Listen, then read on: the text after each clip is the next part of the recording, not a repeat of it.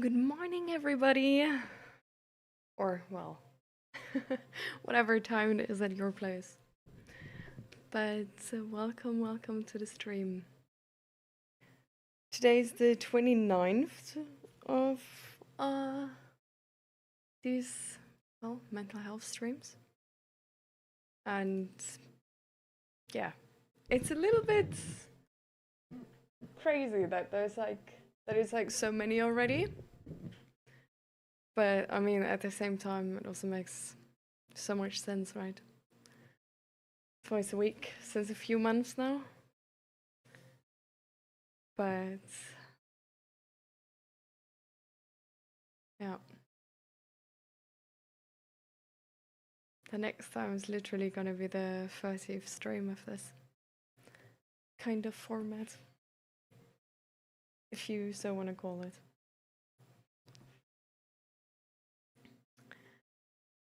So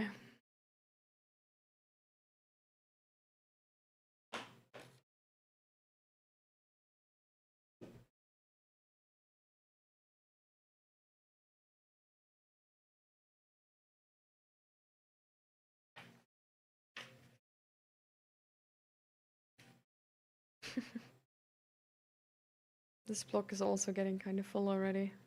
It's like all the notes I do while streaming. There's like, I don't know, maybe like half of it.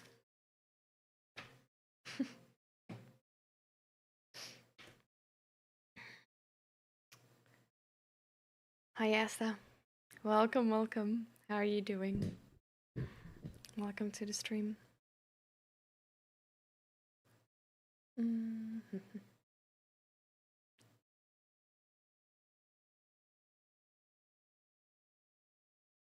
Yes, like this is good. I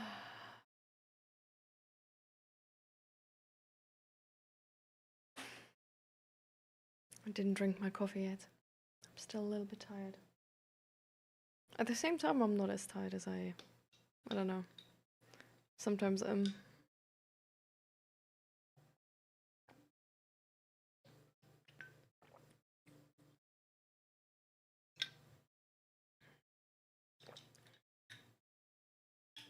but I think it probably has to do with me like doing a bunch of stuff, and now is like the first time where I'm like sitting down again, just breathing.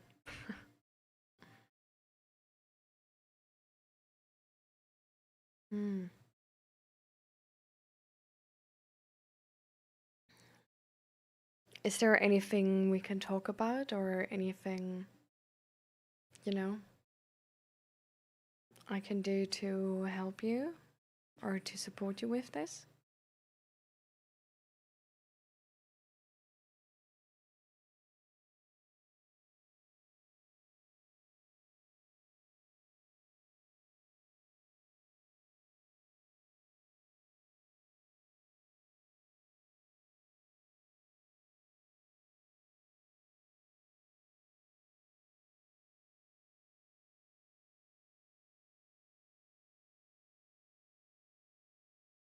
I have an emergency appointment in just over 2 hours. Oh, that's really good. I'm glad.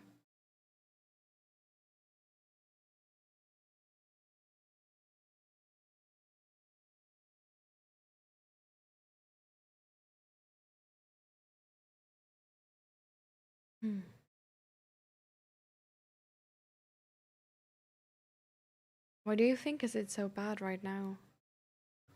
Like a couple of weeks ago, it seemed, well, not like perfect, right? But like better. Did anything like happen, or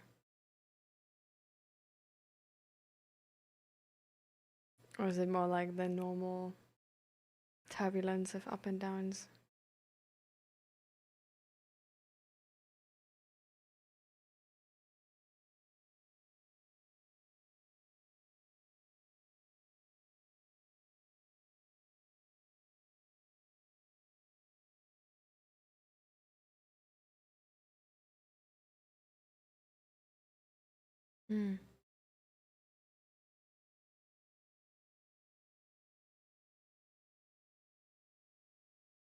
was the remark here in stream from like someone like last stream or the stream before? Because we did have like a couple bans which were necessary, right? No? Okay, I'm glad. Nice. You're here since the like knowing how like how many streams we have like this.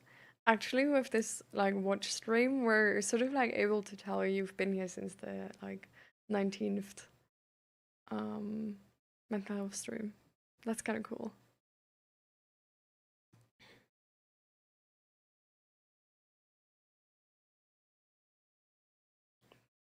Do you want to talk about though what the other person said to you, Esther, or rather know and wait for the appointment and then talk to a therapist?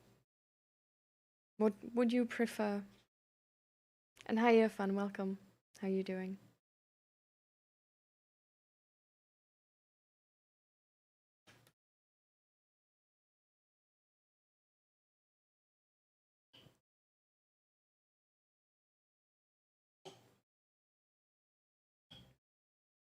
Mm. Well, I hope it's gonna be good, Irfan. Is it the test you were studying for? The last couple of months?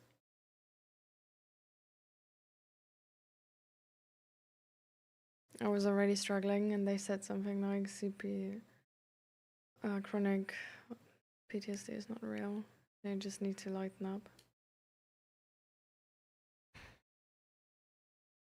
Does the person have any sort of like medical background? Like any knowledgeable background at all? Like do they know what PTSD is?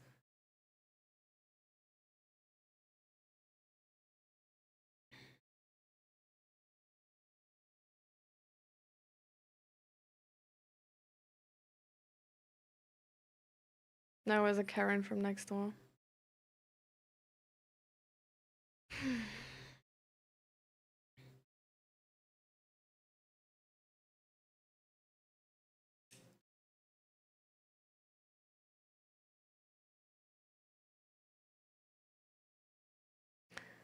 The thing which helps me with stuff like this, and I don't know if this is the same to you, so I'm just gonna sort of like explain you why that helps me, and I guess then you can let me know if that's a thing which could help you too. Um, to me, with comments like these, um, I'm not really sure why, but I feel like it really helps me if I'm able to, or like what bothers me the most is when I'm not able to understand why they're being made. And I sort of like, I take it, or like I worry that it has something to do with me, or I project it on that it has something to do with me and my behavior, and then that I'm personally rejected. Because I don't know, like I did something wrong or stuff like this. But because of that, what helps me is actually to mentalize with the other person in that moment and try to sort of not only put it down as like, oh, well, they're just an asshole, whatever, but to actually try and understand why they would say such a thing with logic I can follow, I guess.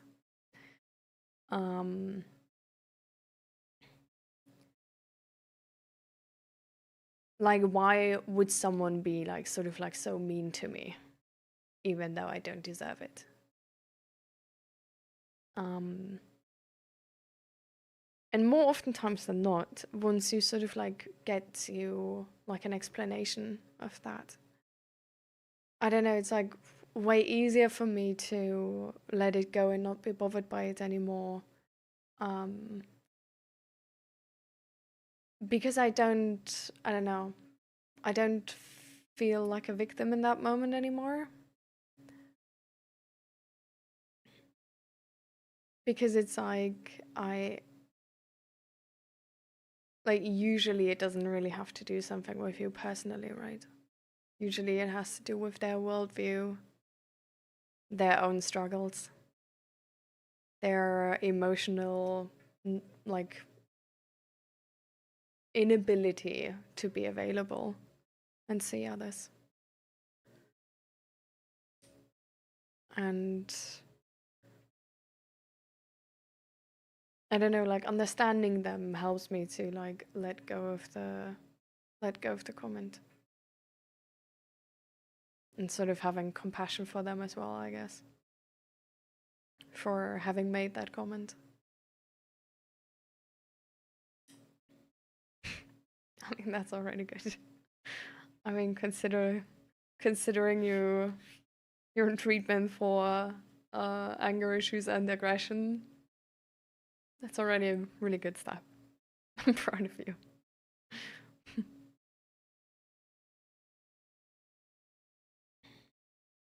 Got some stuff to do, Irfan? All right. Yeah, I remember it. That's why I was asking Irfan if that's the one we're sort of talking about. So I hope you get your desired scores as well. Let me know once you have the results how it went.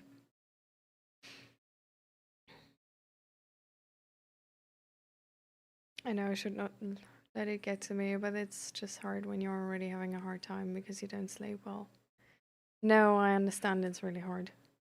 I don't think it's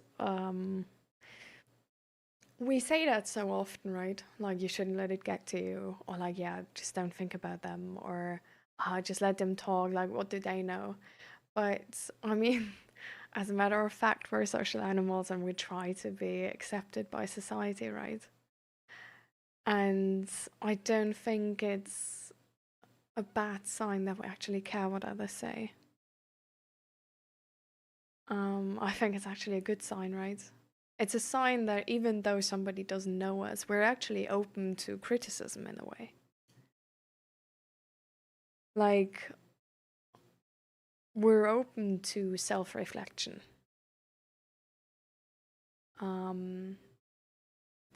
So I don't know. I don't think that's a bad sign at all, and I definitely don't think you should, I don't know, be mad at yourself that it's affecting you.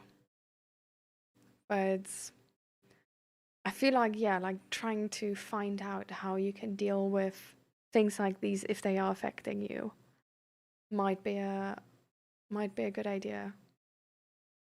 Because yeah, like I said, for me, it's, I don't know, I guess because I'm connected like this, a way to get over it is compassion a lot of the time, and just understanding the other person and understanding the other point of view. Because if it's random, it feels also like more dangerous, right?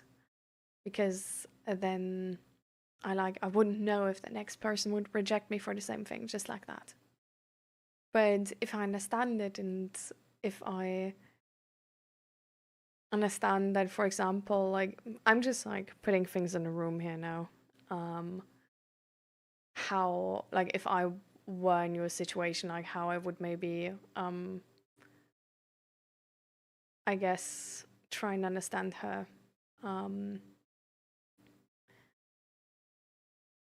I feel like a lot of people are not informed in the mental health sector. And I feel like a lot of people are really overwhelmed if others have a hard time and they don't really know what to do. And I think to a certain degree, to, I don't know if it's like necessarily to all people, but to me as a woman, I can understand how someone not being like mentally like at their best can actually like sort of seem threatening in certain ways. So it's just, I don't know. I feel like maybe that's sort of what was coming together, that she felt overwhelmed by this, didn't know what to do. At the same time, just doesn't understand and is kind of scared of the whole topic. And just hopes and sort of has to believe for herself that that it's a you issue and that it's like, that it would be an easy fix. Because imagine something like that would ever happen to her, and then she would be in your position and there would be no easy solution. That would suck, right? And that would also be scary, because then it's like she needs to be scared that something like this happens to her. And then there's no easy fix.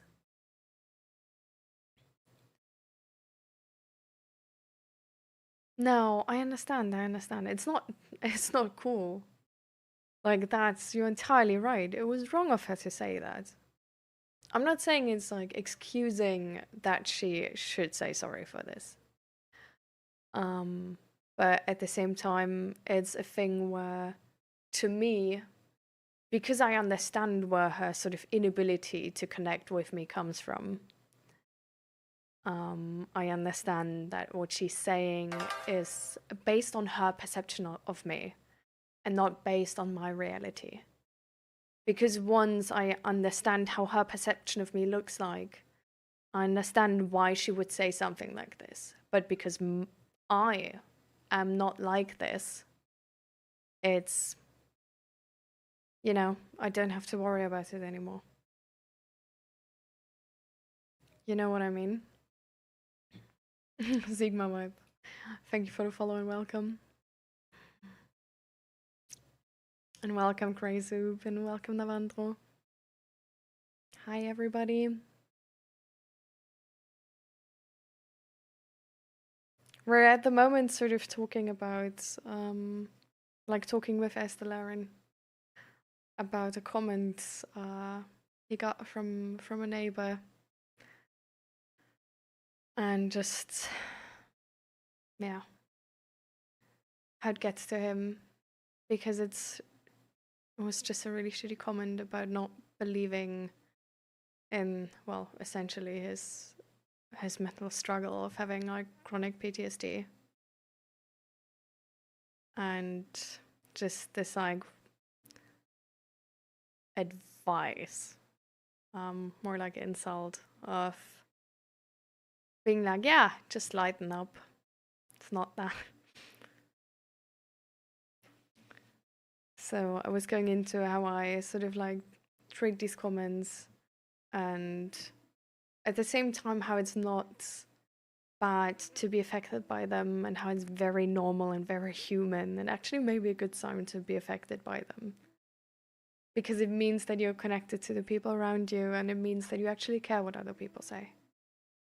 Even if some people's opinions are not very well informed.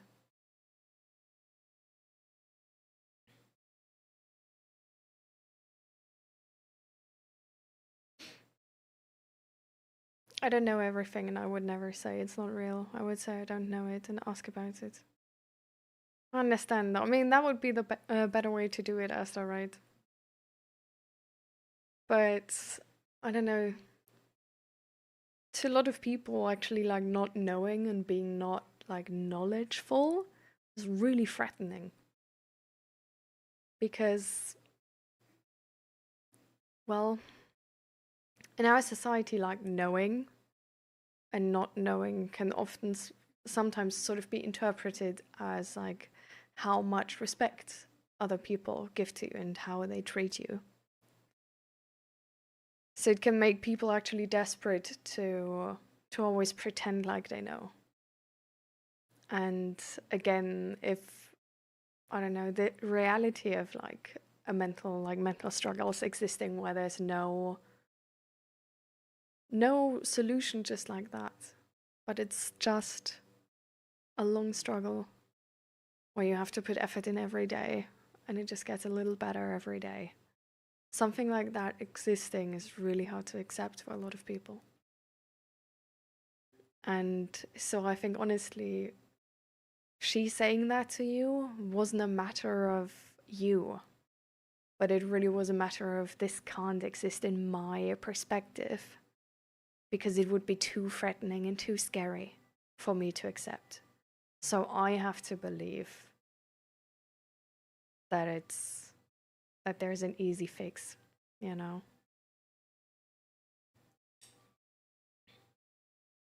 You're fine, but not fine, if it makes any sense. No, I get it. It's like you're still shit, but like less shit than like other days. Sort of like good on a scale which is bad. Is that what you mean, Navandro? Hi, fish. Welcome. Ooh, make some chai grey soup. Chai is really nice. You also already have a witch streak, Navandro. Let's go.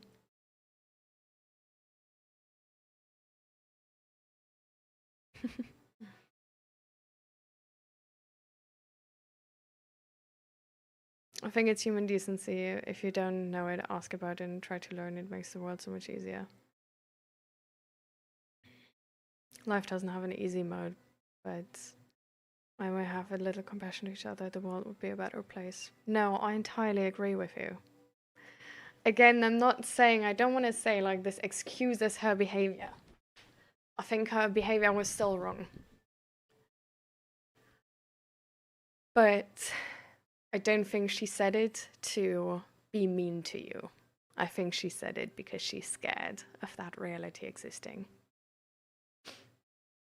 And I can understand why that's scary, you know. So this is like my approach. But I understand if it's not working for a lot of people. I mean, I'm weird, so. But to me in that moment, just understanding why she said it and understanding that it doesn't have anything to do with me lets me be able to let go of that comment.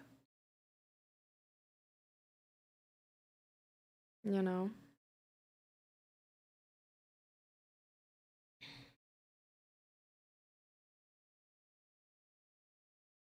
See ya then, Gray.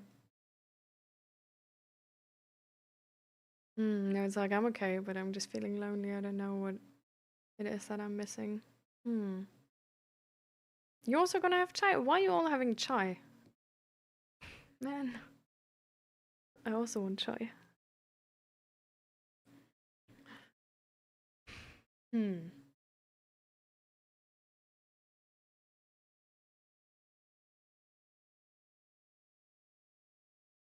You can always try to find out what it is you're missing, Navandro.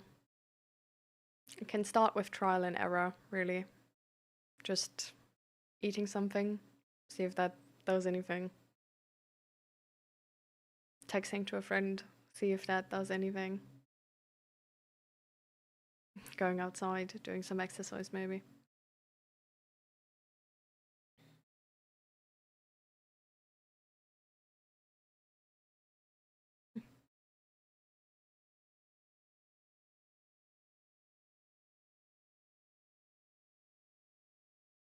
I know, but this is how I look at life. Even if I feel like the world doesn't deserve it after all I went through.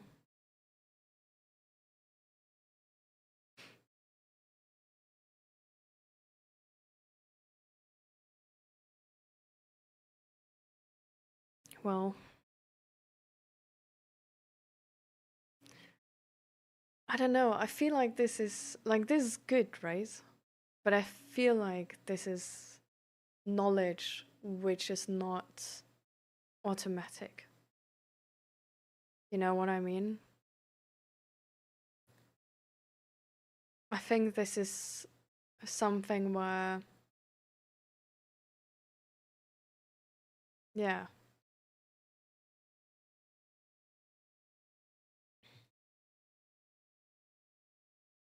exactly. And I feel like some people just will die without that knowledge, you know? Some people will fall, get back up, and just be ignorant to that type of knowledge.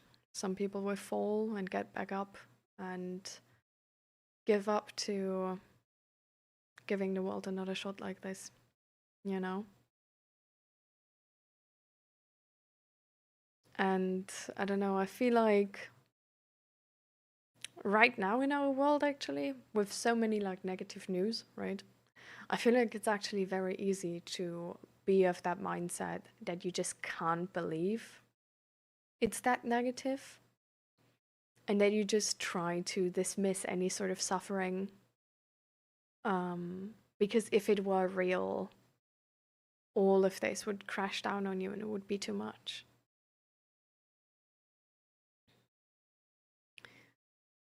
So, I don't know. I think it's, this is not only something which is going to happen to her with you. This is something about her sort of like character and how her world works, right? And I don't know, honestly, personally, I would pity her in that moment. I would feel like there's a hard life. Like, I hope she's emotionally available to her children, because otherwise that could, well, taint the relationship they have. And in the same way, in that moment,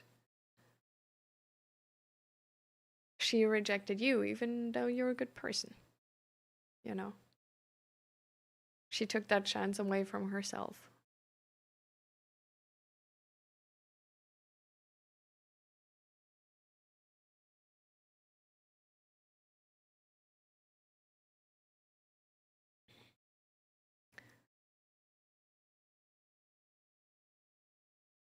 But there's a lot of good people who don't.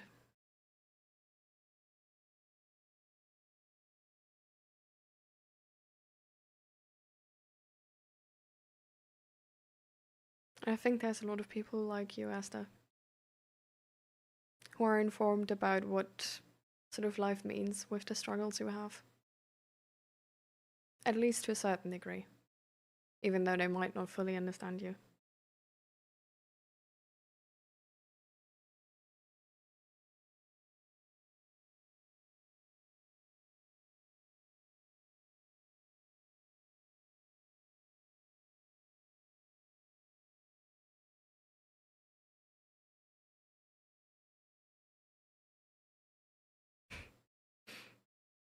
That seems like a really nice place to be at, Grey Soup.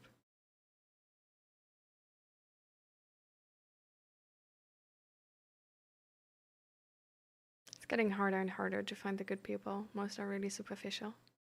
I think it's getting harder and harder to be a good person.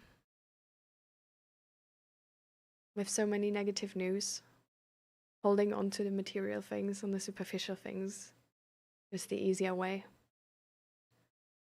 With so many bad news, with the fear of war being put in people's minds, I think obsessing over fashion is easier. With so many people struggling, just thinking it's their weakness and you don't have that risk of going through that is easier.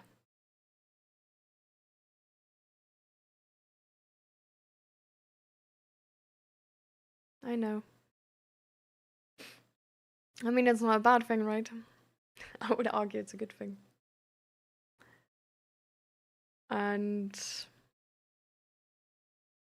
I don't know, like, even though I don't, like, just because it's easier, right?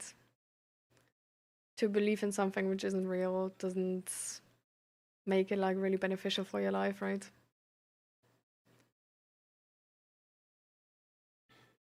But I understand how people get there. People will try to use it against you.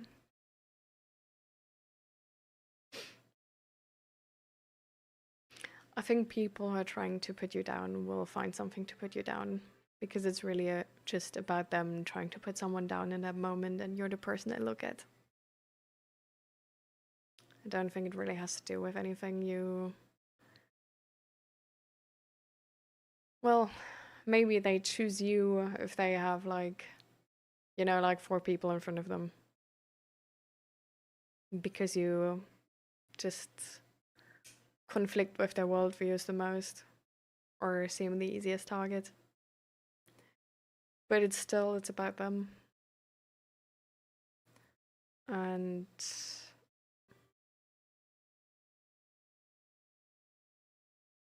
I don't know, it's an important part to, I don't know, try and find your people. And try to not have people in your life which ruin your life, right? But yeah.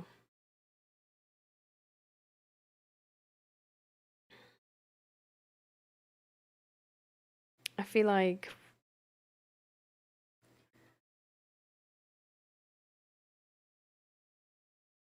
it's just sort of like a struggle we need to get through as a society together.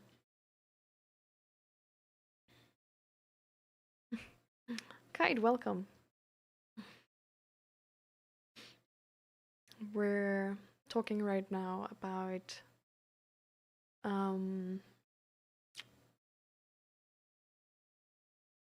negative social comments, rejection, dismissive behavior, and how to try to keep your peace, I guess. It makes me take longer to trust people and always look for red flags. I mean, that makes a lot of sense. I think I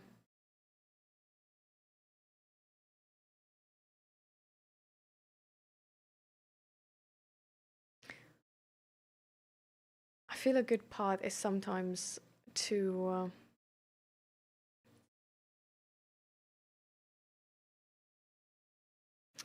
how do I say that? To learn to get better at healing instead of learning to get better at, well, not being hurt. But it's a bit of both, for sure. Did we just hit the like yes. Thank you for the follow. Kite, you just were the 2,700 follower. So our follower goal right now is actually fulfilled. And Leo God, thank you so much for the follow as well. Welcome, guys.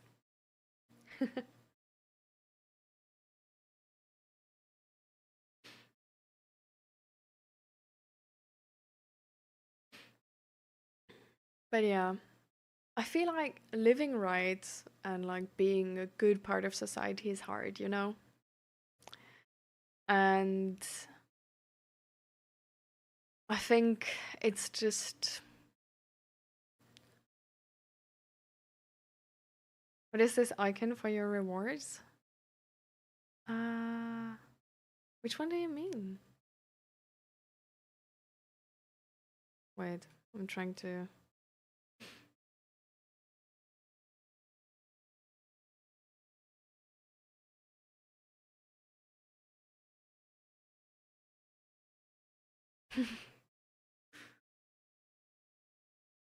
I have a lot of icons, so.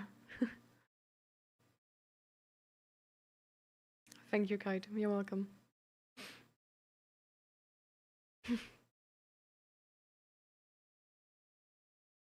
Hello and welcome.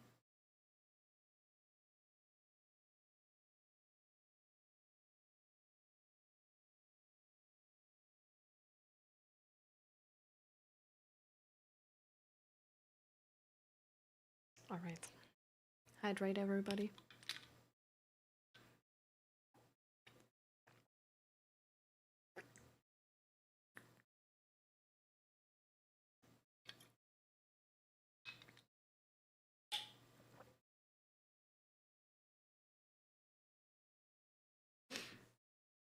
Do you know what helps you to get over these feelings, Asta, and sort of like process them and be fine with it?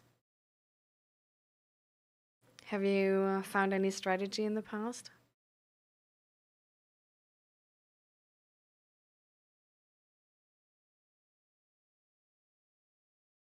New here, what do we do in the stream? Um, well, essentially we talk.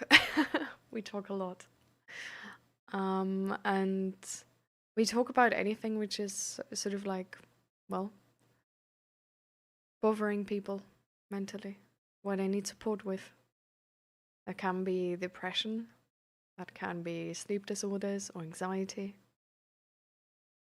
That can also be suicidal ideations. And I don't know, that can also be a question from somebody who doesn't understand why people commit suicide. And that can also be like, yeah, that can really be a lot of different things. Like mental health is a really broad topic. But yeah, it's really just about like people coming together, being able to be vulnerable and talk about what matters to them, what they need someone to talk about to. Maybe get empowered to find therapy and seek out therapy. Maybe already being in therapy. Maybe, I don't know, not wanting to go in therapy yet. And or actually being on the waiting list and just having 6 months ahead of you of needing to, well, push through. But yeah. I'm learning psychology on the side, so I try to give like very well-informed advice or support in a sense. Welcome to the chat. Really like the shelf in the back. Me too. It's not finished yet, but it's looking quite good, right? Hi, Chu. Welcome, welcome.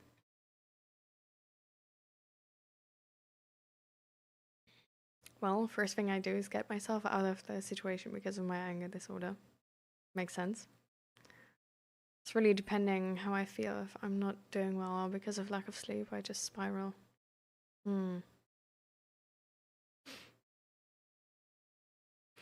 Is there... So I feel like this is a situation where more people have been in there, right? That you just have a day where things set you off more than usually. Like, usually it would have been fine, but on that day specifically, now your life is ruined essentially, and like everything is shit, and the whole world is shit, and you don't even feel like it anymore. And to me, I sort of like actually find peace in this like very rational viewpoint in that moment of sort of like at some point, like not in the beginning, right? Because then you're like super like I don't know, you're just in the situation, you just don't really notice.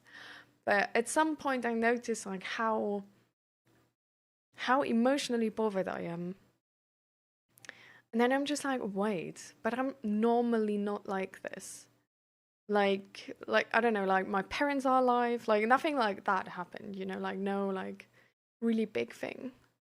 But I'm emotionally so bothered. And in that moment, I'm able to sort of like take a step back and be like, this is actually like unusual for me. Like, this is not representing my normal emotional response to things. And then I like you here, think about like, okay, like have I slept well? Have I had enough food?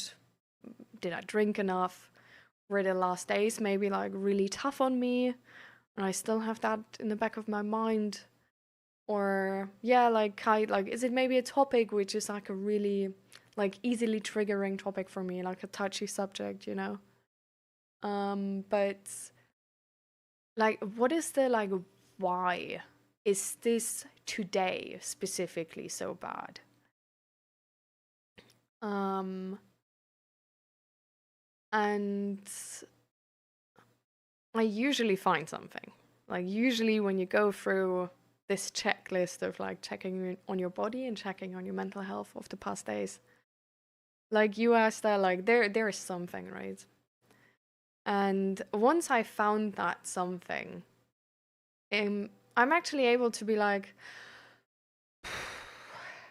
okay, like the way this is bothering me right now, like the emotional implications of that situation are low-key like fake news, because they're not usually connected to that situation. So the logic I'm thinking right now is not connected to that situation. It's not objective, but it's connected to being in a negative headspace. And I don't know, I use that to like take a pause on things, eat something, drink something, sleep, like do whatever I need to like with my body be on like par again, be fine again. I like cuddle myself a bit, baby myself a bit, you know, get myself a nice drink, sit on the couch, watch, I don't know, K-dramas if I want to. And then sort of come back to it once I'm in a better mental state. So I don't try in that moment to like entirely suppress or dismiss my emotions for that situation, but I just try to put it on hold and be like, okay, let's pause thinking about this and come back to it later. Let's first take care of myself.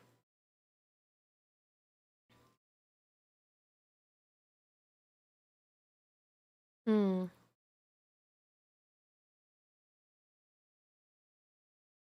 No, I understand.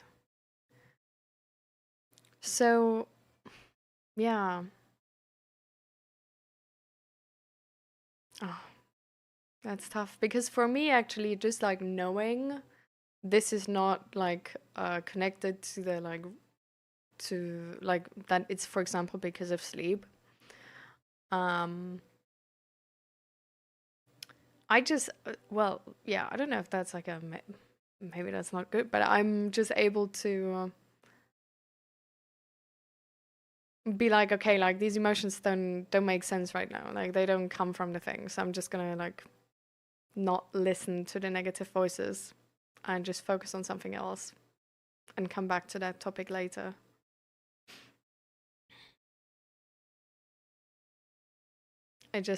I don't know, step out of the spiral, I guess. Hmm.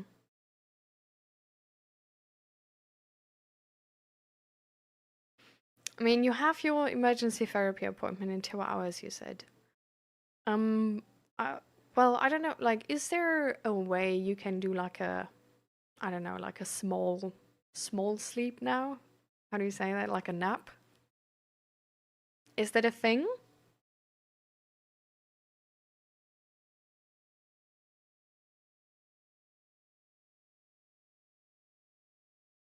Hmm. Small sleep, yeah. But now with ADHD, not okay. I mean, maybe you're just able to rest because like resting without sleeping is also really good, right? Like maybe you can do, I don't know, just cuddle up on the couch, you know, and watch like a movie or something. Move your doggy, pet the doggy. But mm, no, I understand that the voices are like the auditory hallucinations are really hard. They also make it like really hard to like not listen to them. That's why I would like suggest like a movie or something. Like not actual silence, but just having something. I, I I mean, you do you, right? Like you know what's best for yourself. I just worry that the stream is like not enough, like not low enough stimulation. You know what I mean? Like, because the topics we talk about here are quite like vulnerable and quite complicated as well. So I feel like even though I get that there's probably also like the good part about it, right?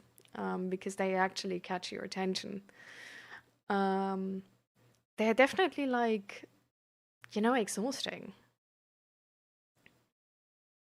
So I wonder if there's just like, I don't know, like something which is like less exhausting. Like I feel like a superhero movie or something like, like a blue sky sort of movie is maybe like less exhausting because there's still like stuff to look at and to like understand the movie, but at the same time it's like you already know like it's gonna be fine, and it's like a lot of stimuli, but you don't have to process as much, if that makes sense. But I mean, again, you do what you feel like is best for yourself. That's just sort of my how it works for me.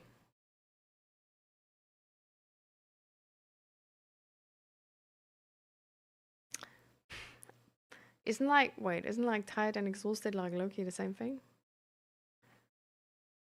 Like no? Okay. I'm gonna like check back on like old chat messages for a second, guys. Because yeah, I'm not ignoring you, but to like not, you know, miss a topic. I stick with a topic usually a little bit and then come back to it once I reach the full stop. Thank you for the follow, by the way, Mr. Butter Safe. Is that like butter? Okay. Is that a thing? Like, is that a thing I should know? Like, is that an actual English word? Because to me, that seems like the thing you put on bread and it's safe. Yeah, I don't know. Yeah, I too like went to therapy and they said that I'm mostly stable now and I'm looking for targeting the future. I asked to reduce my sedatives and they did will join in a bit. So yeah, that's really nice, Navandro. I'm glad to hear the good news. Leogor, I come from a very like orthodox and traditional household. Nobody understands the concept of therapy here. I'm trying to change the generational trauma inflicted upon me so that my child don't face the same in the future. That's a really good goal. That's a really good goal. Tough situation though. Are you still like connected to your family a lot or to the household? Do I ever snap? I mean, sure, for sure. Um, so definitely, it's getting like less and less. But the thing is, me and Zach, our relationship like back then was toxic. And nowadays it's like way better. But there's like these like old patterns which sometimes like still come back. You know what I mean? And we usually like we have strategies like how to step out of them and stuff like this, and like usually they work, but every once in a while just like, stuff goes over our head and then but it's like fine. We're like we're able to like talk about everything afterwards, say our sorries and stuff like this. So we have the resilient patterns to get over that. Yeah.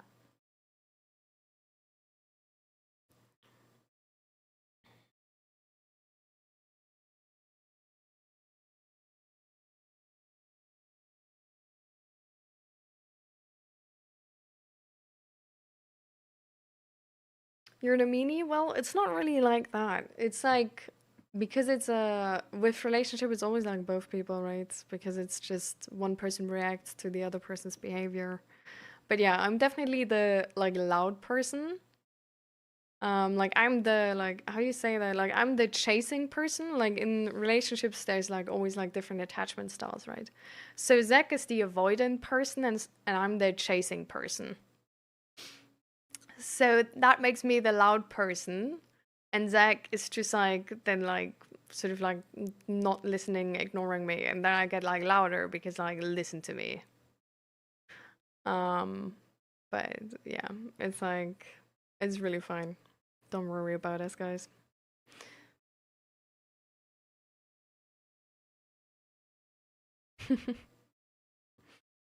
Welcome, Many Harmony. How you doing? Welcome to the chat.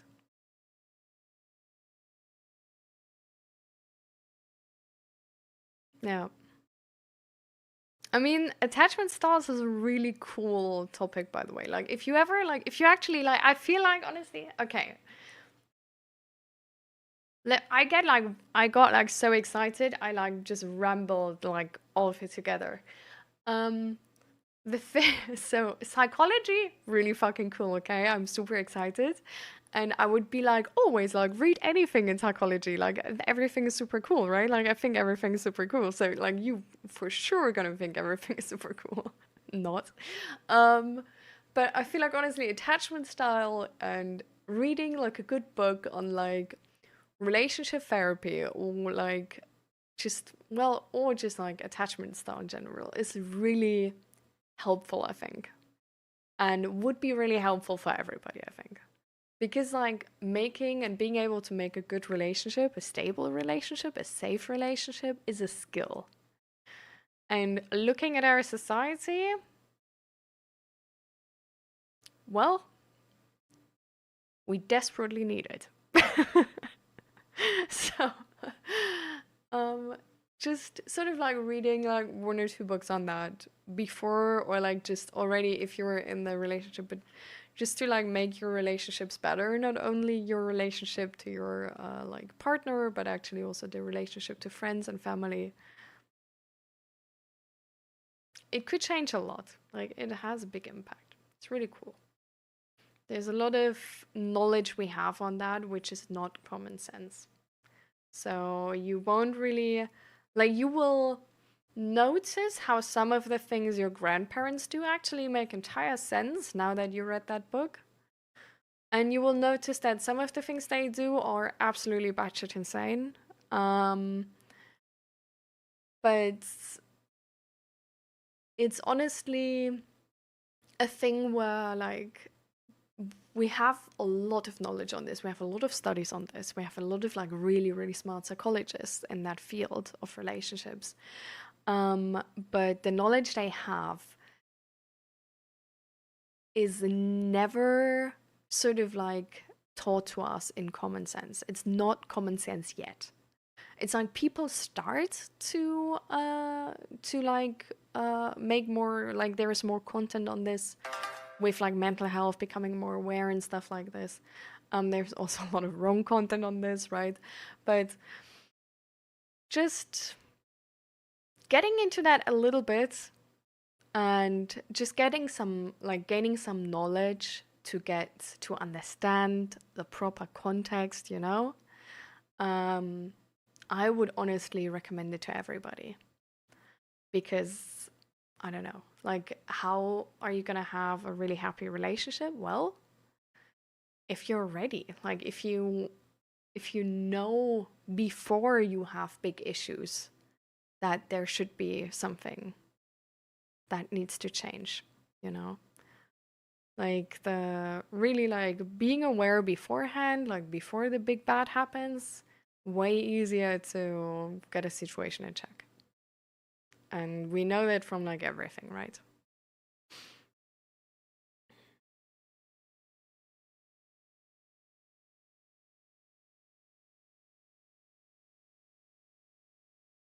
Only Chase to be annoying, but when it's real I dip.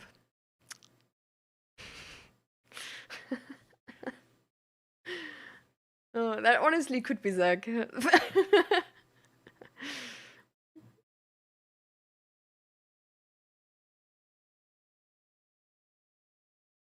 Genetics play a part as well in psychology. Yeah, exactly. Our childhood and everything plays such a big part, such a big role. And yeah, again, it's not common sense. So it's really nice to read like one or two books in that. I don't think the books nowadays are like too hard. in that area. I think they're actually written in a way where it's like really like it's well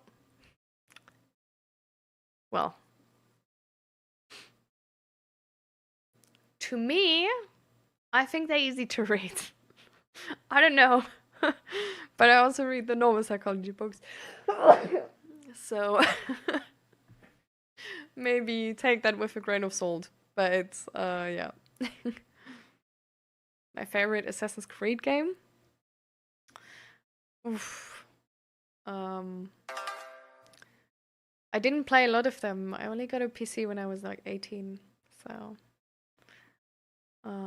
yeah. Penguin pajamas. No, wait, penguin in pajamas? That's even better. Welcome, thank you for the follow. And thank you for the follow, Carlos. Attachment, yeah.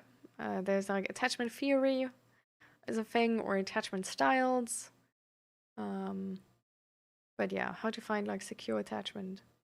I can like show you guys the books I read on this. Hi, Angel. Welcome, welcome. Yes, I'm a mental health advocate.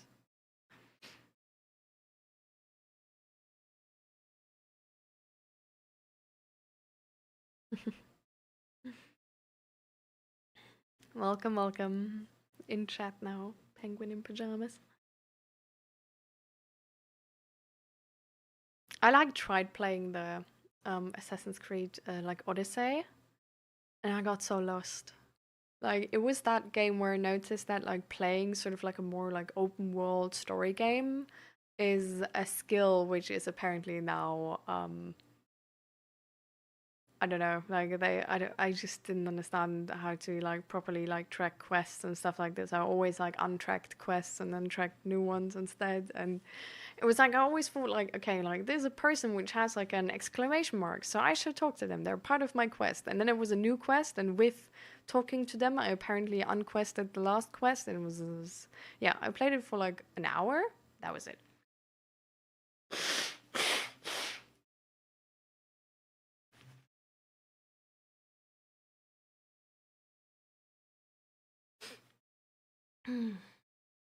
But yeah.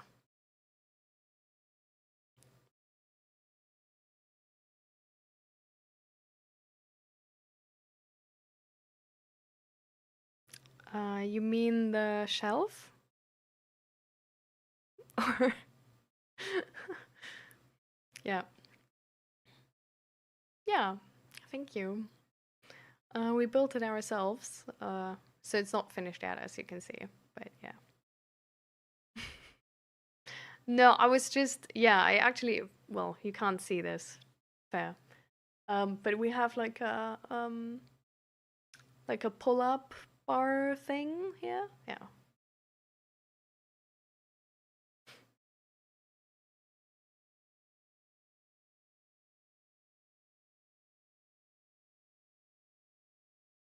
Oh. I was about to say, Angel.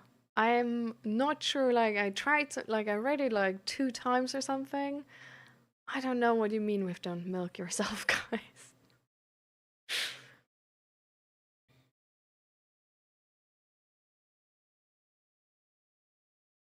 But yeah.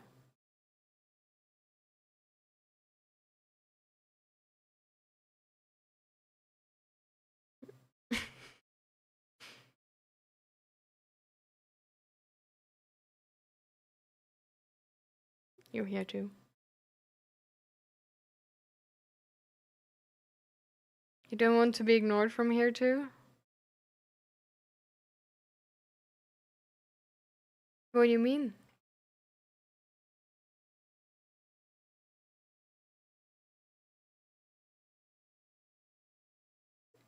Like the last messages you sent were sort of like statements, so there was like, okay.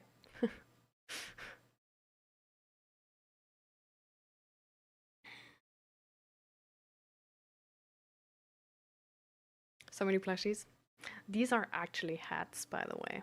These are like the polo hats. So these are plushies, and this is like all like yarn and stuff. Yeah.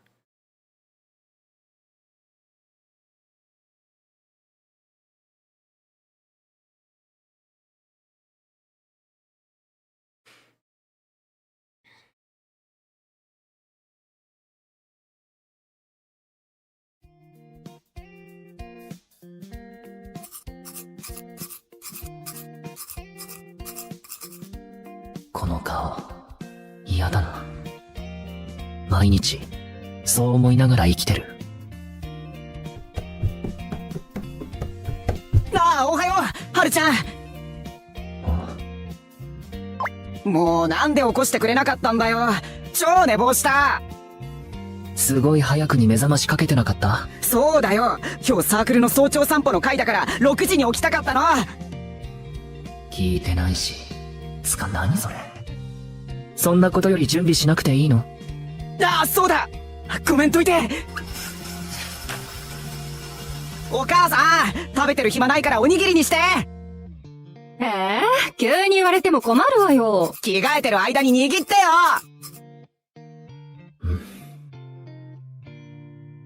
はあ。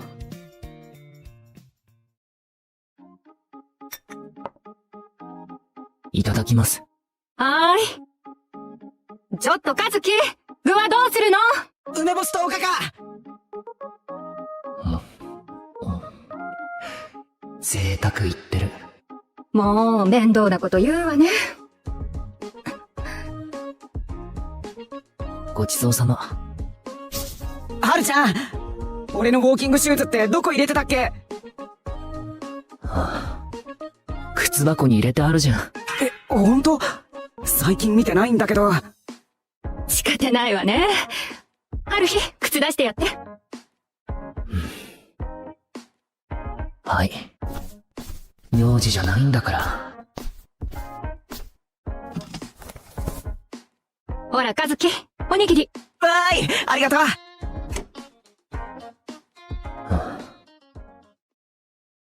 小さい頃から、和樹は手がかかるタイプだった。双子なのに、ある日はお兄ちゃんでしょという言葉が、親から出るようになって、それから俺も含めて、家族全員が和樹の世話係だ。行ってきます。愛嬌のある和樹が人気者になるのは当たり前で、逆に俺は、相手にされなかった。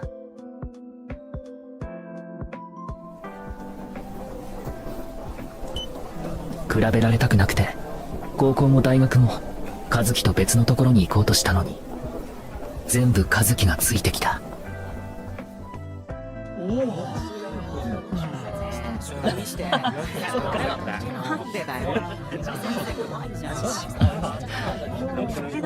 双子なのに全然違うよね。坂上、お前弟見習ってもうちょっと明るくしろよ。毎日少しずつ頭を叩かれて地面に埋め込まれていくような気分。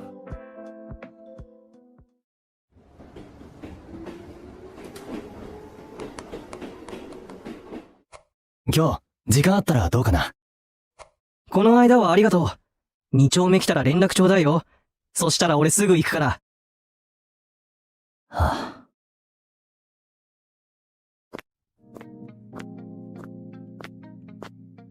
あ、あれ、和樹？髪型が違うだろ。違う、もう一人の方だよ。なんだ、今日会えるかな？同じ授業ないんだよね。双子の方で満足してたら？何それ無理だし。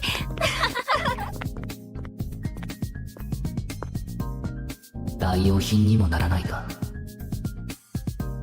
こんな毎日に少し変化があったのが去年。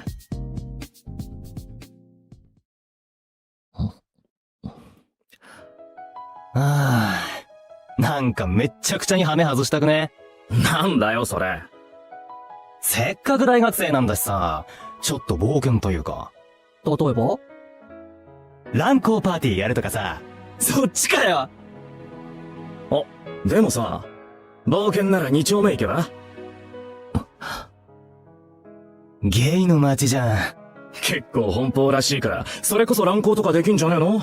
お前なら可愛がってもらえるよ。やめろよ、怖えよ。めちゃくちゃにされそう。お前に狙われる女の子の方が怖がってるよ。その通り。2丁目。めちゃくちゃに。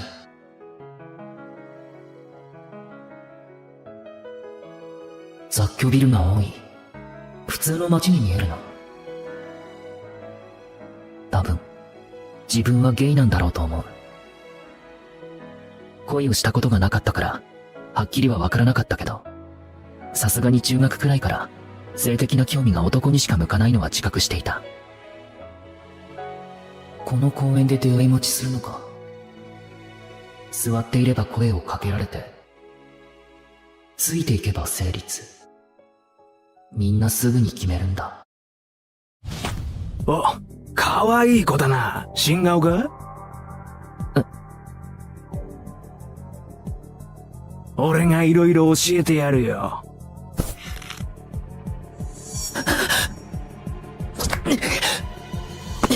おい！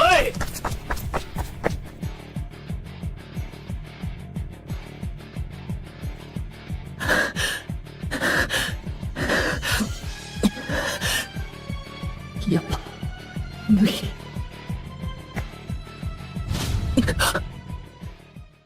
どうしたの？大丈夫？はい。気分悪い？それとも、なんか怖い目にあった？いえ、落ち着けるところ行こうよ。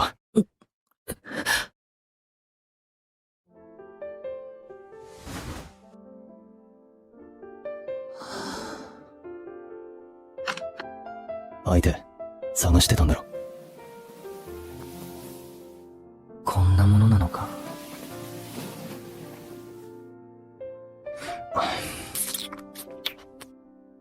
連れて行かれたホテルで、初めて男に抱かれた。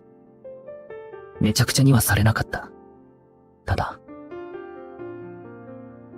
何かが損なわれた感じはした。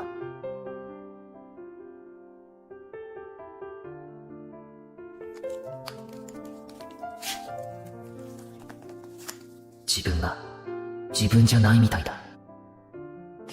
金、ここに置いとくから。また会ったら声かけるね。はい。もう、何でもいい。そうだ。名前は？え？なんて呼べばいい？名前も知らない相手と、セックスしたんだ。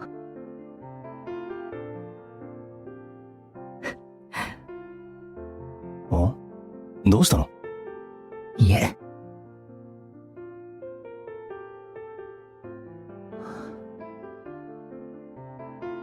和樹って呼んで。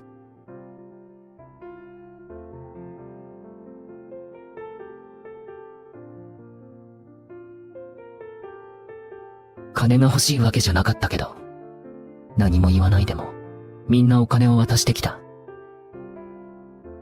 ねえ、今暇？そうやってお金と引き換えに、やりたくないことをやって。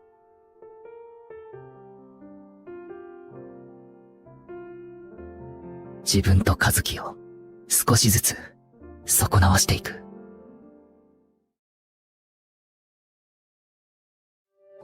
和樹、あんたこの間、アキラってやつから連絡来たって言ってなかった？ああ。すごいイケメン？ちょっと立ち悪いって噂聞いたわよ。気をつけなさいよ。そうなの？まあ、予定合わなくてそれっきりになったし。それならいいけど。あら、いらっしゃい。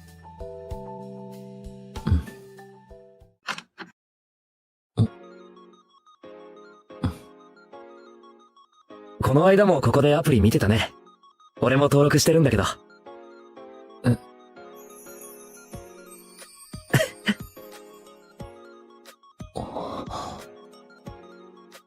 あからさまに好青年って感じの人だな。しかもスーツ。俺はここ2回目なんだけど、君はよくいるの？まそっか。あ、何？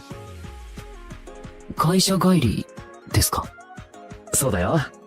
そっか、この辺でスーツ珍しいよね。逆にちょっとモテちゃって。爽やか。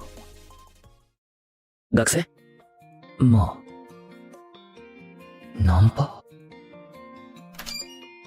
ここでの出会いは、向こうがその気の場合は大体が請求だ。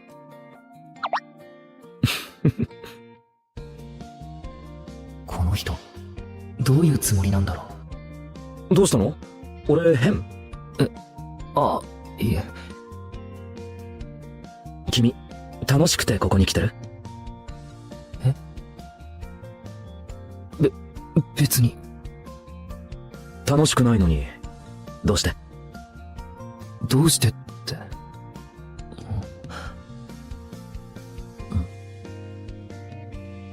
ずけずけ聞いてくるのに、嫌な感じがしないって、才能だな。俺のしてること、大体分かってるはずなのに。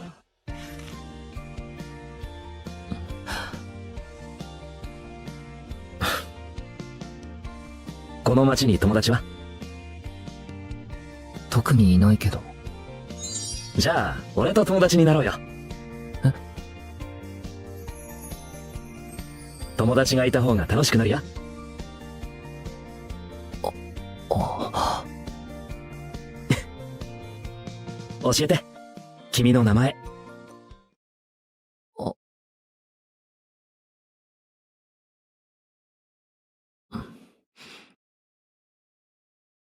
和樹。よろしく、和樹くん。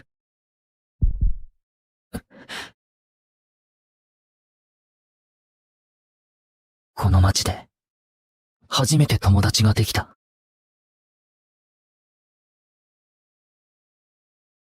一つしかないもの。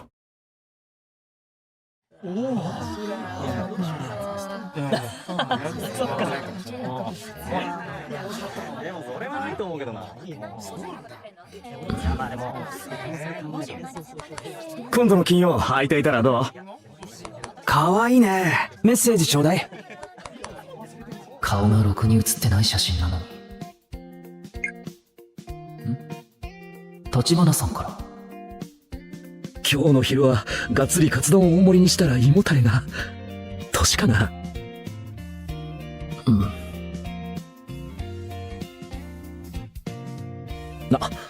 聞いておいて俺が名乗ってないよね。立花正宏です。改めてよろしく。フルネーム名乗っちゃうんだ。どうも。俺28だけど、和樹くんは20歳。そっか若いな。君から見たら俺おっさんだよね。別に、そんなことは。そうよかった。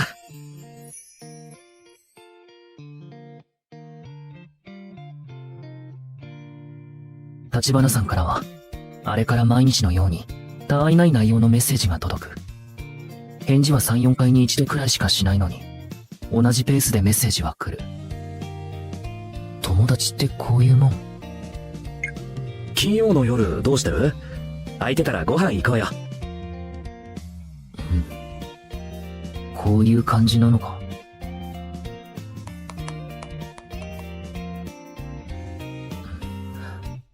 はい。どうせすぐに、植物的な目的が現れる。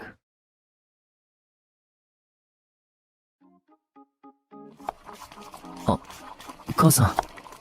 今日は遅くなるから、晩ご飯いらない。はいはい。春日珍しいわね。金曜はだいたい何も言わずに遅いじゃない。ご飯も食べないし、わざわざ言うなんて。あ、そうだっけ？ま、お母さんはちゃんと言ってもらえた方が嬉しいけど。まるで、今日の夜を楽しみにしてるみたいじゃないか。春日。ご飯食べ終わったなら、和樹起こしてちょうだい。目覚ましはちゃんと鳴ってたけど。そんなんで起きないじゃないの。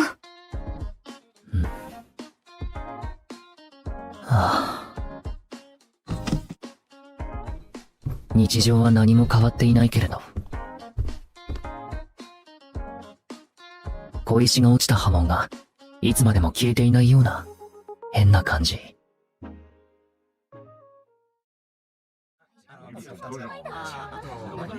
居酒屋でも大丈夫だった？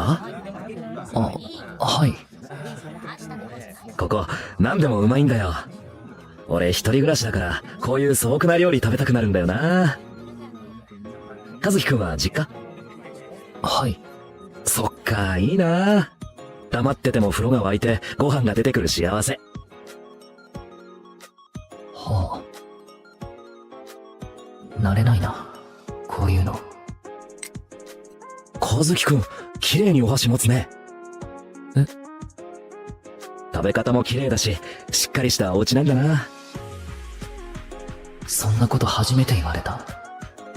親はあんまりうるさくないけど。じゃあ自分でちゃんとやってるんだ。そっちのがすごい。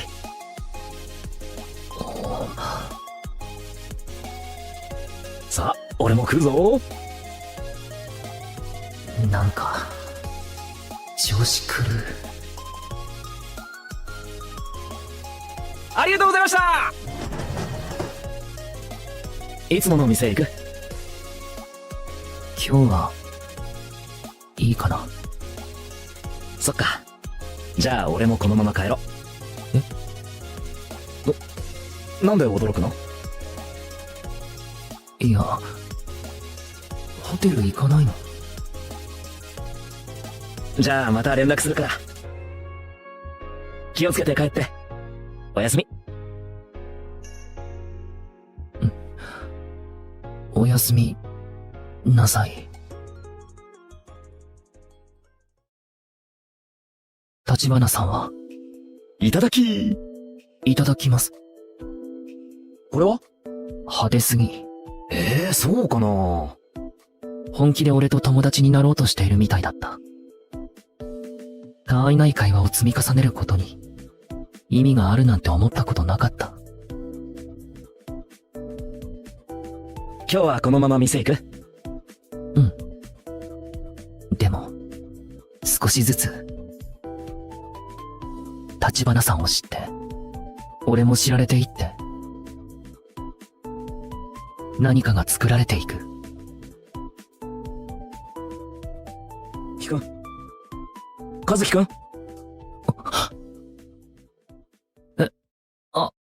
はい。ちょっとコンビニ寄っていい？ここでは。そうだ、和樹。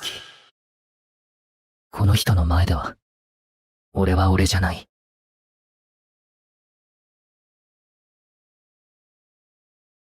あんたたち、最近ほんとよく一緒にいるわね。和樹くんといると楽しいから。ね。楽しい？ママが言いたいことはわかる。楽しいよ。和樹くん笑うとすごい可愛いし、結構天然入ってたり。恥ずかしい。笑うのね。まあいいことだわ。ここで友達作ったっていいじゃない。もちろん彼氏でもいいけど。笑っている自覚がなかった。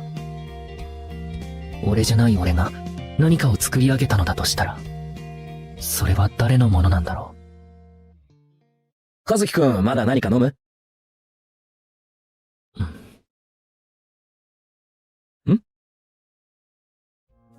そもそもここに恋愛しに来てるわけじゃない。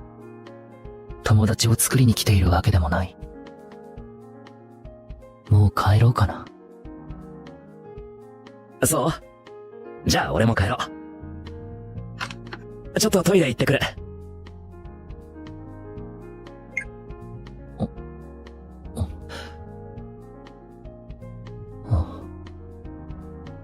今日、空いてたらどう？差出人は、アキラ。アキラって確か。ちょっと立ち悪いって噂聞いたわよ。気をつけなさいよ。いいよ。自分を、探しに来ているわけでもない。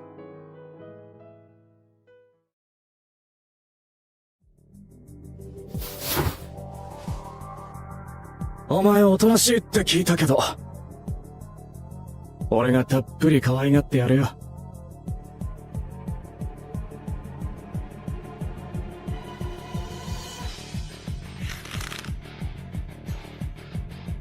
こんな扱いくらいで、俺はちょうどいい。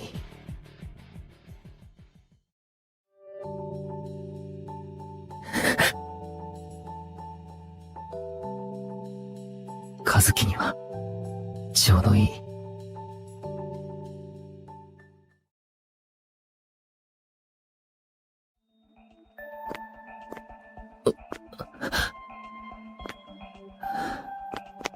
顔、腫れてきたかもな。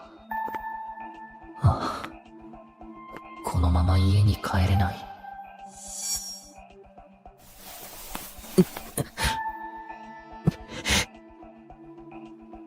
どうするかな。和樹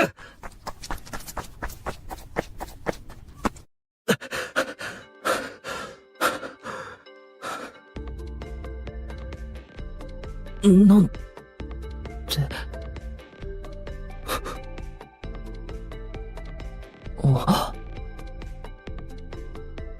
勝手に帰るし、立ち悪いのと歩いてたって聞いて、探してた。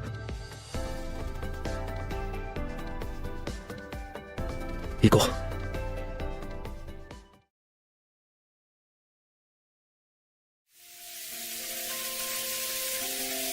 そこまでは。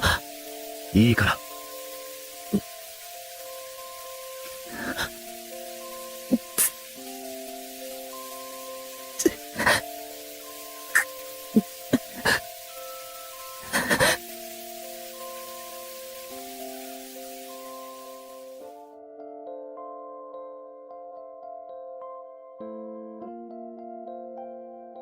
橘さん、何も言わない。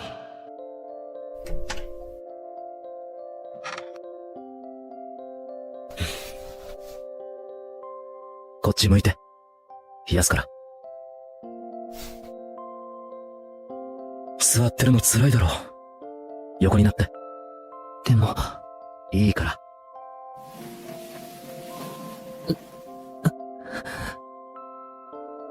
1ヶ月したら HIV の検査を受けよう。え？どんな奴かわからないだろう。本当は3ヶ月後が確実なんだけど、2回やればいい。痛めつけられたら安心するんじゃないかと思ってた。でも、こんな風に俺を壊したって。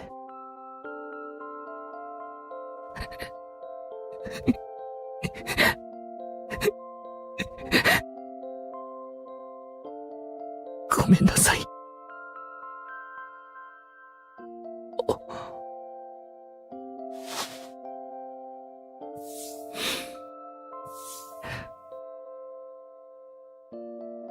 消えたい。簡単に消えられないから苦しいんだろ。君の本当の名前、なんて言うの？え？俺が名前呼ぶと、たまに辛そうな顔をする。和樹は本名じゃないんだろ？春日。どう書くの？晴れるに、太陽の日を。おお、いい名前。似合わないでしょ。なんで？そんなことないよ。和樹を知らないから、そういうこと言えるんだな。春日くんは、自分のことをよく知らないんだ。きっとそうだよ。春日くん、改めて俺たち友達になろう。今日は友達の家に泊まるって家に連絡しなよ。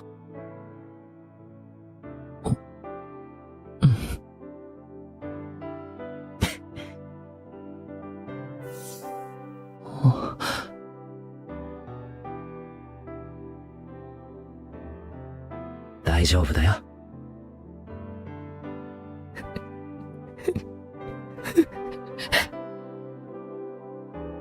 何の根拠もない言葉なのに、橘さんの声で安心する。体の奥のどこかが、ほどける感じがした。大丈夫。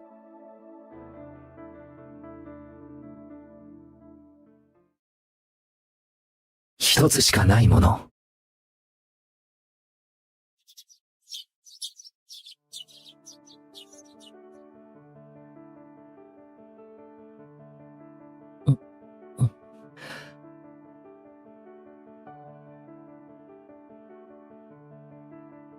おはよう、春日くん。コーヒー入れたよ。ご飯食べれる？はい。パンしかないけど、あとは目玉焼きでも焼こうかな。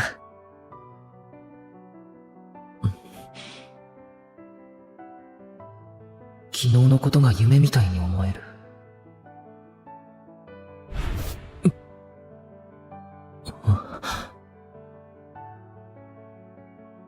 夢じゃなかった。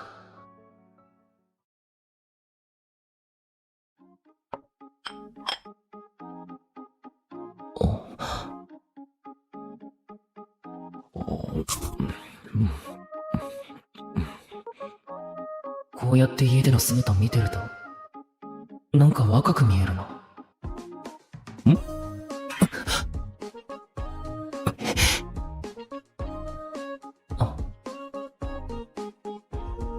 そういえば、なんでこの人恋人いないんだろう。モテるって言ってたのに。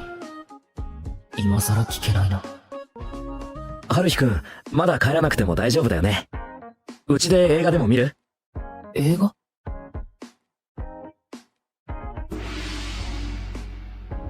すごっ。映画館にも行くけど、気に入ったらすぐにソフト買っちゃって。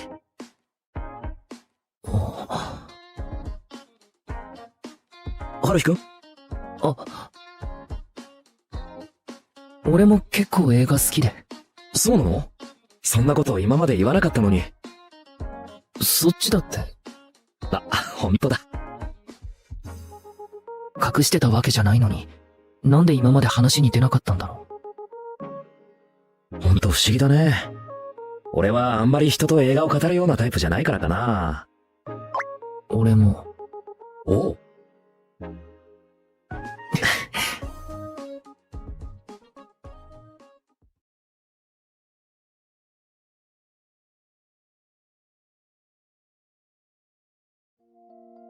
変な感じ。この穏やかな時間をどう受け入れたらいいかわからない。春日くんのこと、店のママも心配してたよ。もう少し周りの人とも話してみなよ。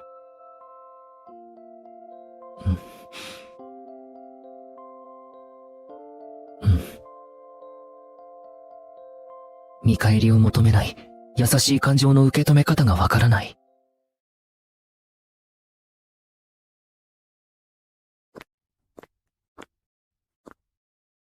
問い詰められたらごまかしきれるかな。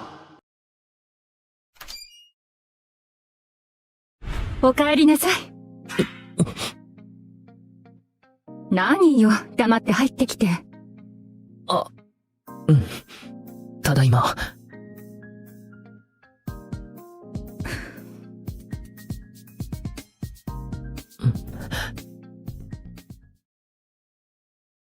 急に泊まるなんて言って、お友達に迷惑かけなかった？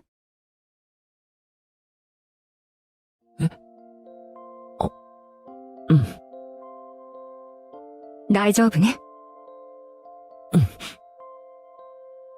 ならいいけど、これからもちゃんと連絡はしなさいよ。気づいた。けど。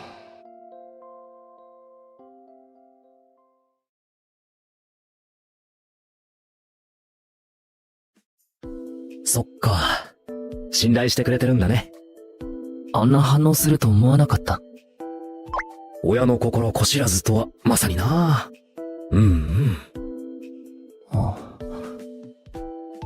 あ、いた。この間大丈夫だった？え？コウジが教えてくれたんだ、この間。ああ。ほとんど話したことないのに。うん。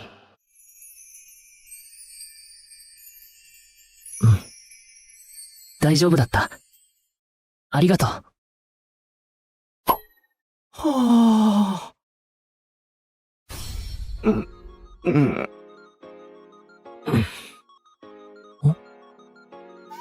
ああ、はいはい。この話終わり。はあ？俺にも和樹と話させろよ。もうダメ。今日の分は終了。ビー。おい、なんだそれ。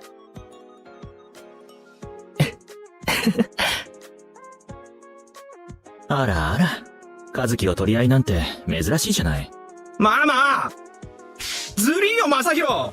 いろんな店にフラフラ顔出してたくせに、気づいたらここに入り浸って和樹独占して、俺の方が先にこの店にいたんだっつうの。そんなこと言って、普通に和樹と仲良くしたかったのに、話しかけられなかったあんたがヘタレなだけでしょうが。俺は空気読んでタイミング測ってたんだよ。後からなら何とでも言えるわね。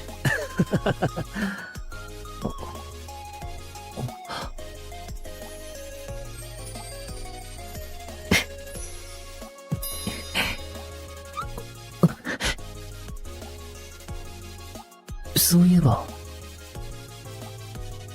橘さんは俺の名前知ってから和樹って呼ばなくなった。ここではどっちの名前も呼ばないんだからしっかりしてるな。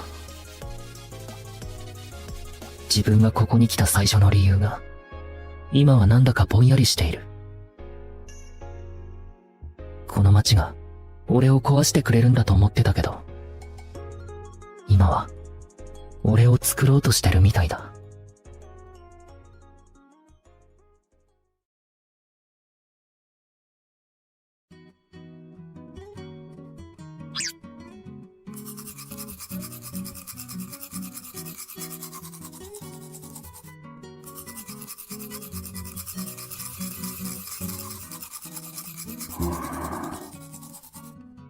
はるちゃん、恋人できた？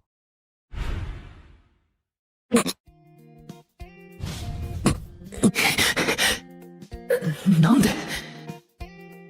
やっぱはるちゃんの方が先か。いや、恋人なんていないよ。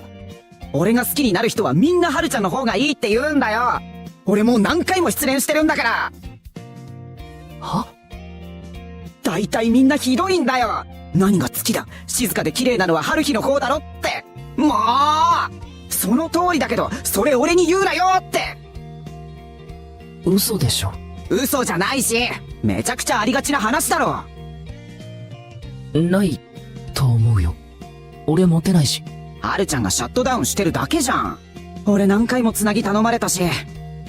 まあ全部断るけどね。直接行けないような子は相手にならねえって。はあ、すっきりした。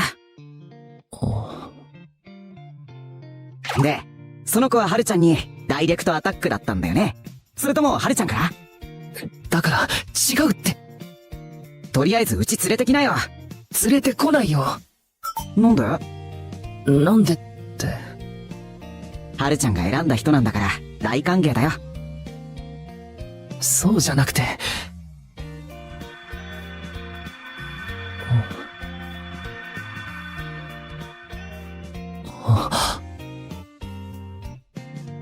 そっか。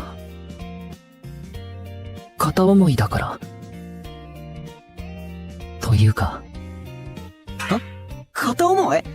はるちゃんが？ありえないでしょ。両思いに気づいてないだけだって。好きじゃないわけないか。片思いだと思う。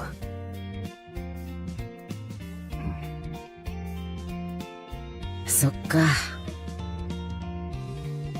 でも、はるちゃんなんか、嬉しそう。そうかな。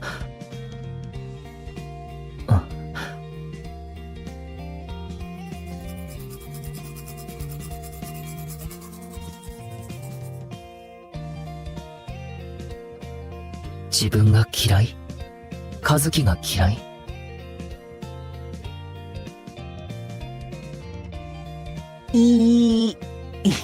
綺麗になった。和樹を好きになれない自分が嫌いだった。春日、和樹、ちょっと来て。はい。はーい。誰にも大切にされていないと思ってたから、周りのみんなが嫌で、そんな価値のない自分も嫌で。でも、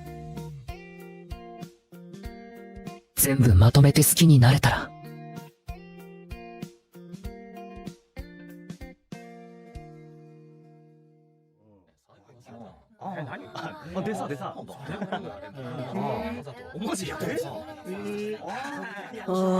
一限から休校とか、マジなえるわ。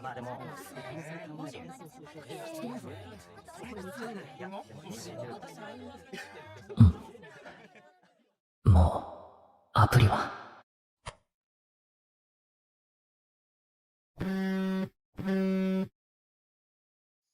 おはよう。今日夜ラーメン食べに行かない？いいよ。やったー！時間見えたら連絡する。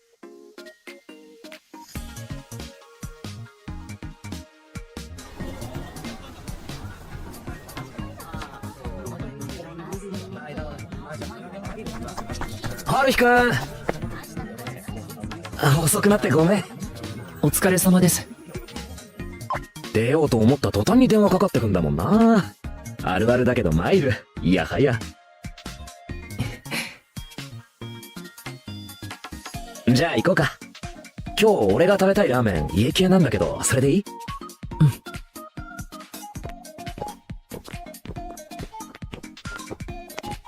立花さんに話したいことがたくさんある気がする。あの街で和樹として作ってきたものを少しずつ本当の自分用に作り直したい。和樹は双子の弟の名前だとか、なんで2丁目に行ったのかとか、そういう話。ラーメン食べながらでもいいかな。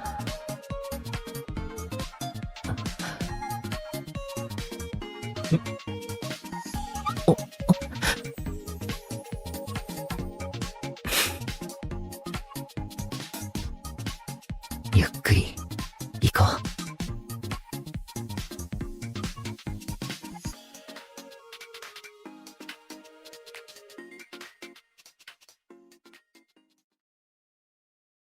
一つしかないもの。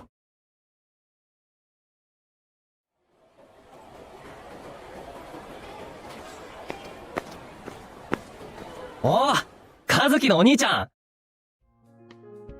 和樹のサークル友達だ。今まで話したことなかったけど。やめろよ。和樹探してんだけど、知りませんか？今日は昼から来ると思うけど、午前は自主休校って言ってた。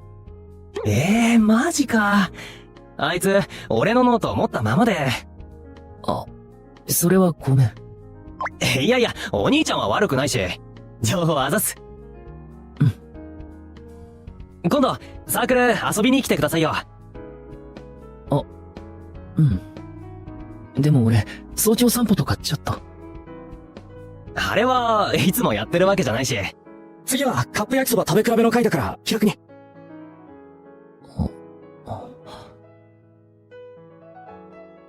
考えとく。拍子抜けなくらい普通だ。じゃあ。はい、また待ってます。なんでだろ前より息がしやすい。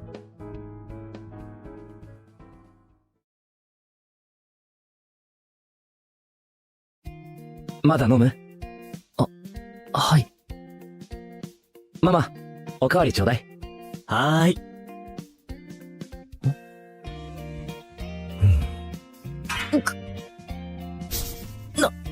何？髪、伸びたね。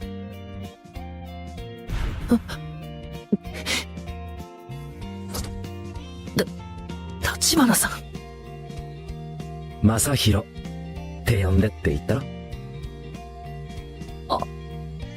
はい。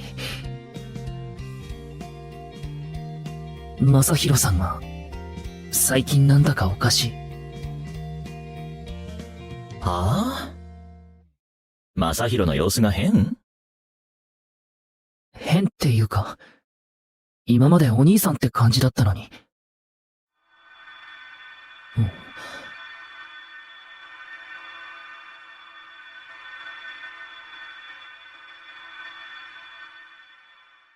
そわそわする。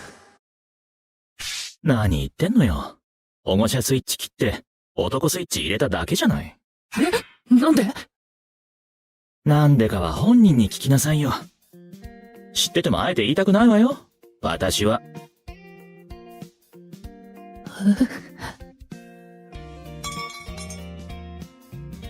はいママ、お使いの氷。ありがとう。助かった。どうしたの？なんでも。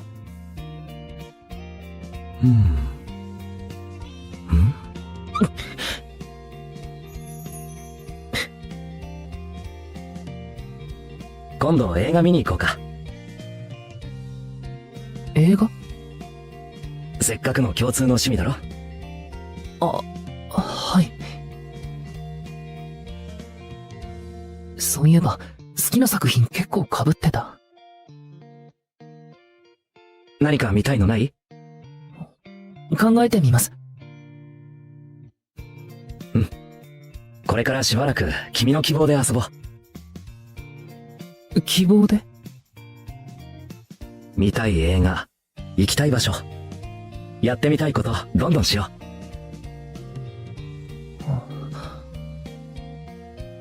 う。欲は恥ずかしいことじゃないよ。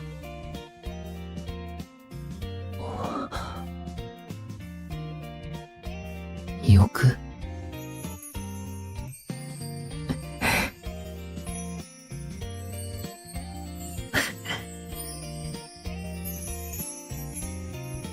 どうしたらいいかわからないけど、このまま進んでみたい。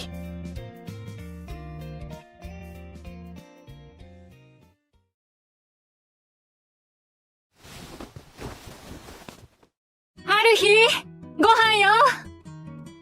うん。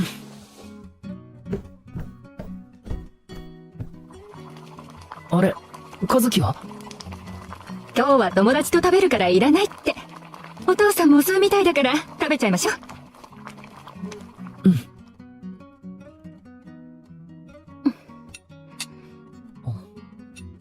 春日、明日の夜ご飯は？普通にうちで食べるけど。なら、栗買ったから栗ご飯にするわね。俺が好きなの知ってんだ。言ったことあったっけ？見たらわかるわよ。お父さんも昔から春日は栗ご飯はいい顔して食べるって笑ってたし。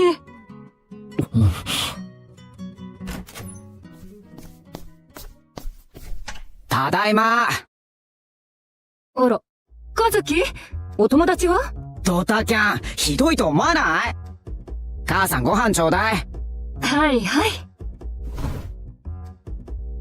喧嘩してた彼女と仲直りしたんだって。今日は男同士がっつり立ち食いステーキの予定だったのに。お腹がステーキしか待ってないよ。とか言って、何でも食べるくせに。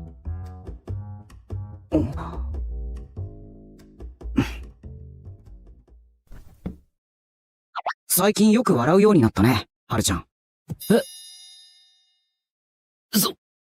うかな。ガードが緩んでるよ。気をつけて。何それ。うちのサークルの奴らとも話したでしょ。超浮かれた報告が来たけど、嫌なことは嫌って言っていいからね。うん、大丈夫だよ。はるちゃんに友達できるのは嬉しいけど、はるちゃん優しいから変な奴に目つけられないか心配だし。本気だな、これは。和樹の友達だろ？うん。いい奴らだけど。なら、俺も平気。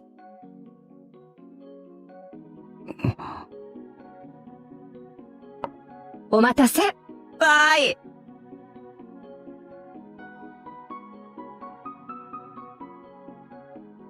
こんな当たり前の時間が、当たり前じゃなくなるかもしれなかった。HIV 陰性の結果を見たとき、ほっとするよりも先に、今まで自分がしてきたことを怖く感じた。自分を壊して、自分の中の和樹を汚して、その先どうしたかったんだろう。みんなを傷つけなくてよかった。そう思えるようになって、よかった。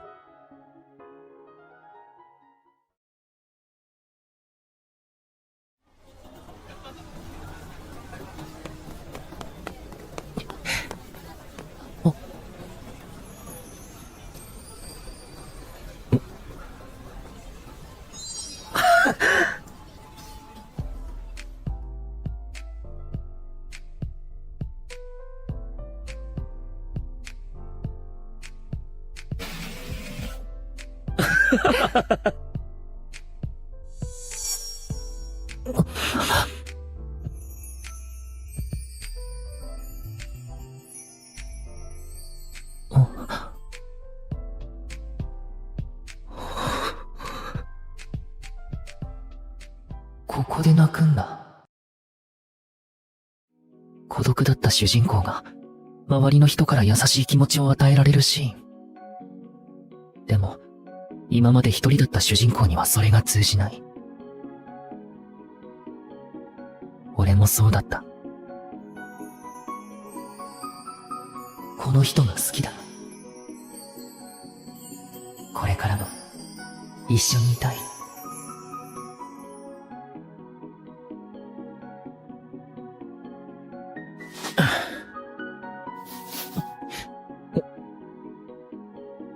春日くん。好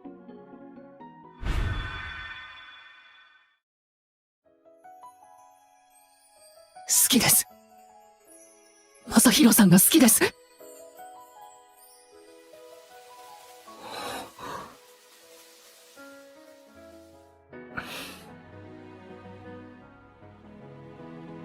俺も好きだよ。春日くんが好きだ。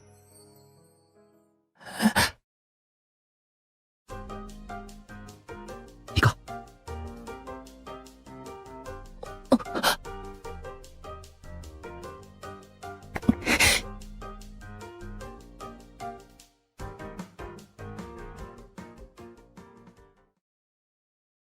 一つしかないもの。行こう。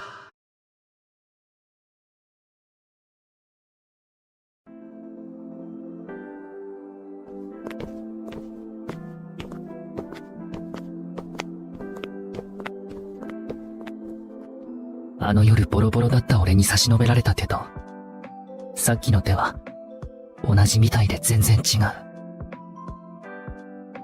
さっきのって、そういう意味で好きってことだよな。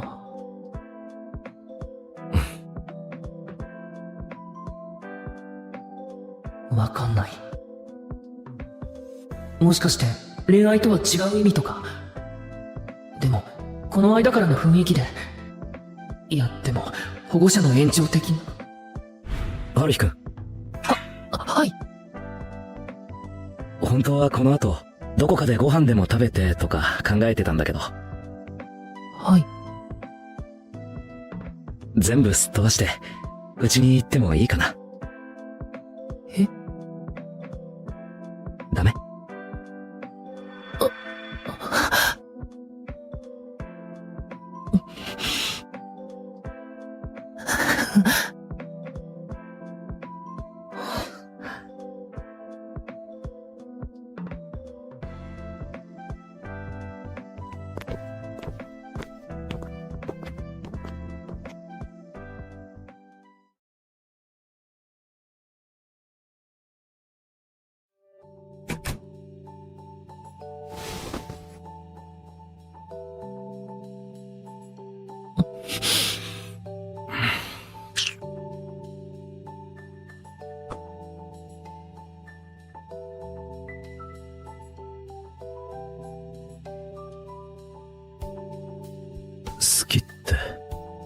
いう好きで合ってるよね。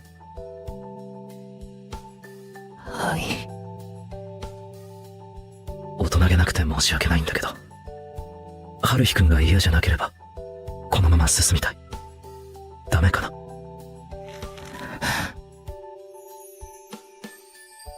ダメじゃないです。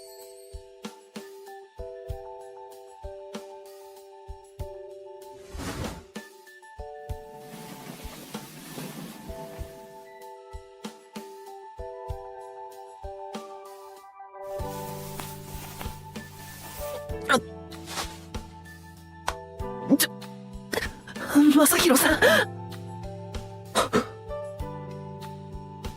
ごめん、かついた。なんだよ、俺もまだ若いんだぞ。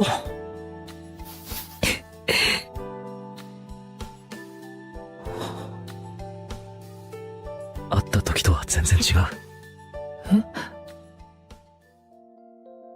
初めて春日くんを見た時、ギリギリのところに立ってるみたいな、すごく危うい感じがして、気づいたら声をかけてた。立派な心持ちがあったわけじゃないけど、不安定な若者を支えてあげられたらみたいな上から目線がなかったとも言えない。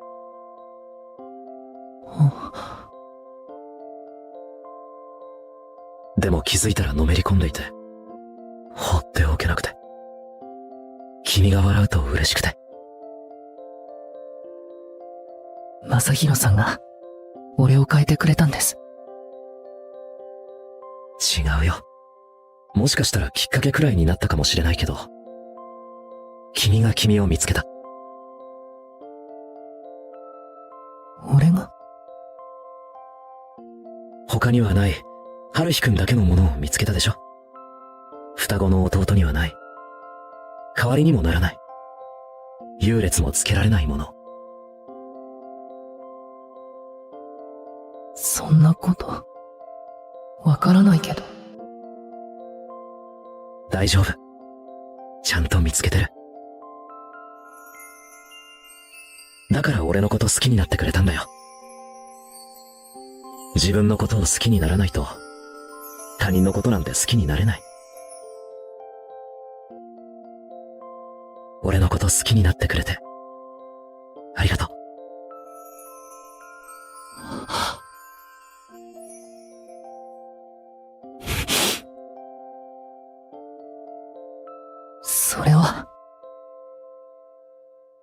それは俺が言いたかったこと。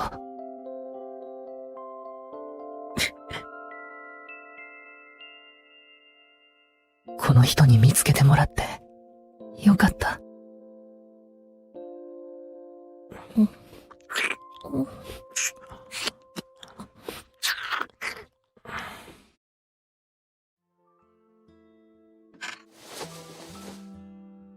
なんだろう、胸がいっぱいになる。違う体になったみたいだ。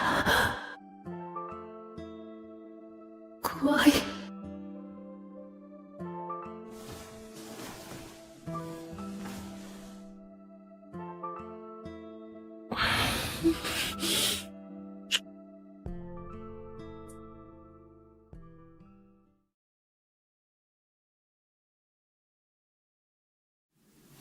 大丈夫？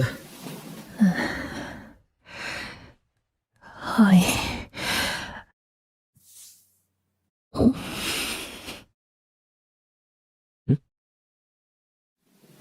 正宏さん、ギャップがあります。そう？ありがとう。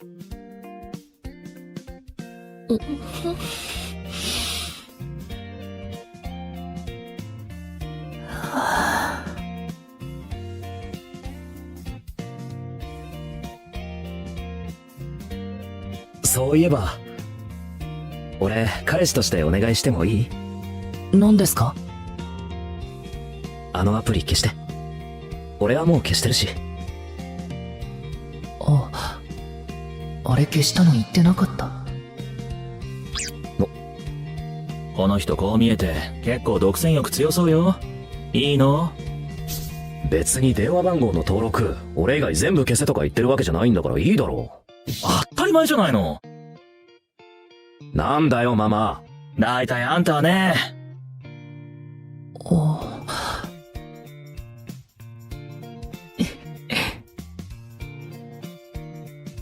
新しく見えてくる正宏さんは、思っていたより大人じゃなくて。でも、それが可愛くて、嬉しいんだよな。まだよくわからないけど、嫌なことがあったら言うよ。そうだね。そうしよう。よろしく。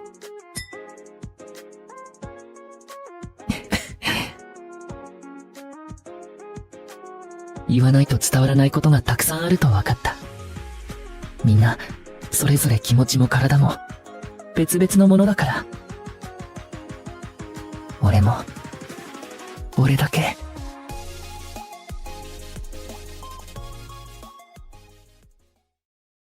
せーの、アンジェンテ。アンジェンテは、好きが見つかる、新しい BL ボイスコミックチャンネルです。この動画を好きと思ったら、チャンネル登録、高評価ボタンをお願いします。一つしかないものは、全国の書店、電子ストアで大好評発売中。動画にはないシーンやセリフもありますので、ぜひそちらもチェックしてみてくださいね。好きなものを好きなだけ。今日がちょっといい日になる。そんな時間をあなたにお届けしていきます。アンジェンテの応援、よろしくお願いします。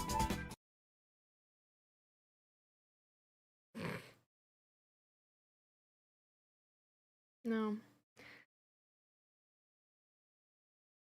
That's like the thing, right, with suicide. Like, I feel like that's sort of like a idea which is like not commonly understood, that like for people who commit suicide like really makes sense in that moment, right?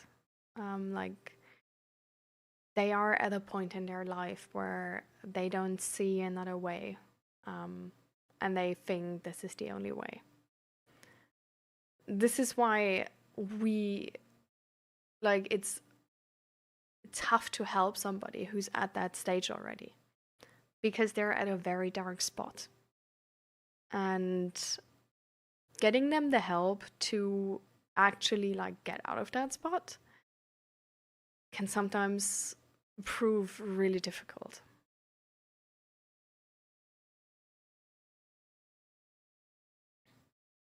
Important question, how many pull-ups can I do?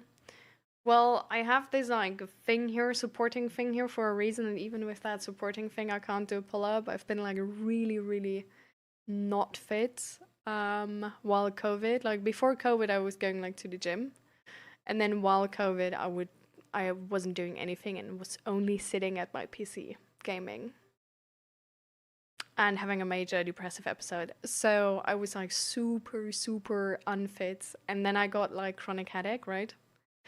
And with my chronic headache, it's like it gets worse if I exercise, and it gets worse with muscle pain as well. So I sort of like been like on and off with exercising, because it's like whenever I felt like sort of like good in life, I could take the extra headache and exercise, but whenever like life turned just like tough, I stopped exercising because I couldn't take the extra pain. But yeah. So, oh.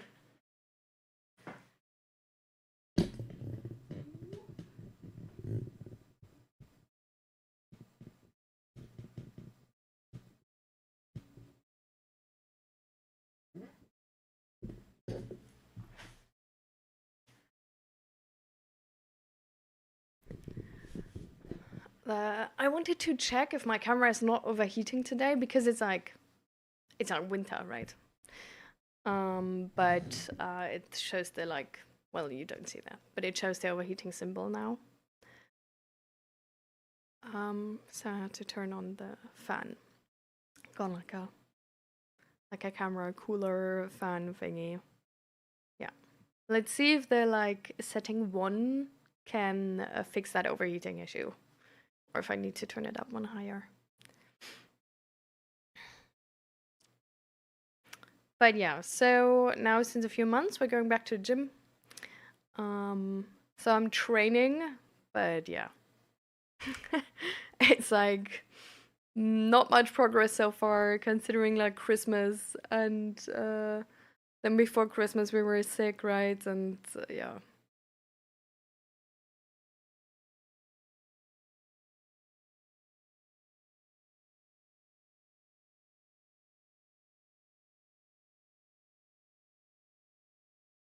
Oh, that's what you mean, Navandro.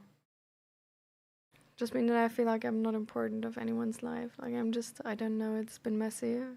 It's been the only concern recently. I've been feeling way too lonely, like I'm being a part who's causing irritation.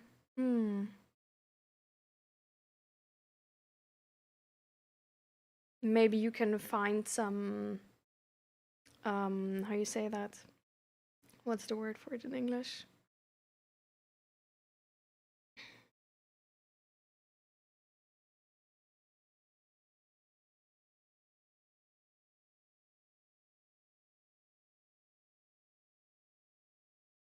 Huh?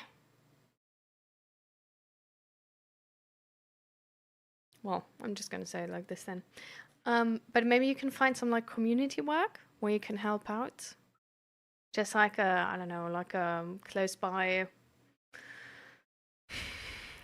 community center, church, or whatever, and help out there.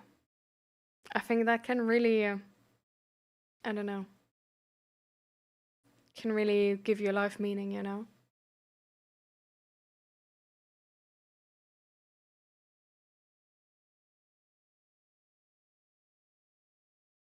Hmm.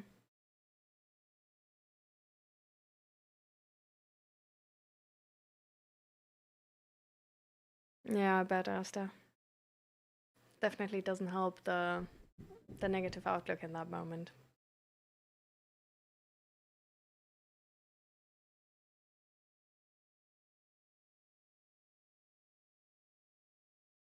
You read How to Not Kill Yourself? It's a small book that really put things into perspective. Suicidal people view everyone around them as people that want them to kill themselves, and they do. So I tell people not to give them the satisfaction. It's definitely like this, like staying alive out of spite. Like negative motivation can be a big motivator.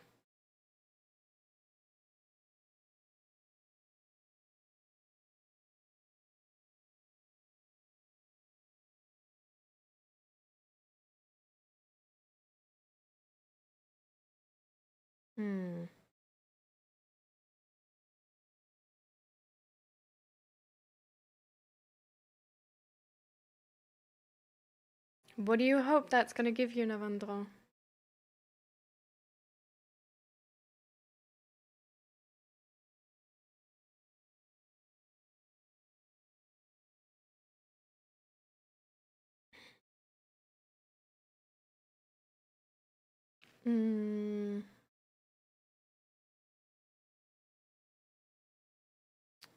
You can for sure ask a question. Go for it. We're like sort of in a topic right now, but we'll see. Depending on the question, if we can like answer it instantly or if it needs some more time.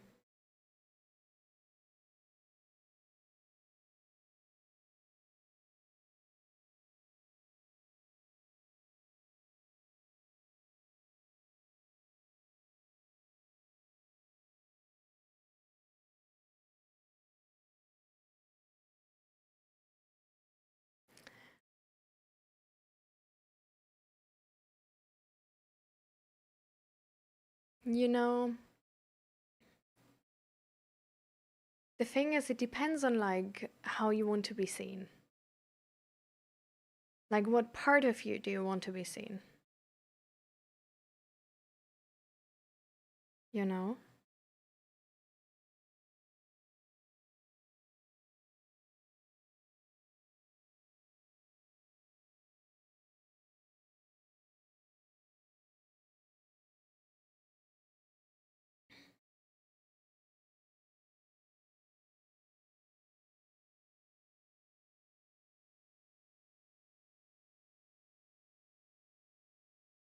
So we know getting through discomfort and going beyond your limits is necessary ingredients to growth, but sometimes in that obsession, going beyond oneself could sometimes take shape into self-punishment in disguise of growth. So basically I want to ask, how do you draw a line what's healthy and what's unhealthy in going beyond who you are for growth? To put it really simple, the attitude of which you do, I think. If you push in that moment, loving yourself, it's not going to be self-punishment. If you push in that moment with sort of like hating your body and being like, oh, it's so weak and whatever, then it's probably self-punishment. I think the line is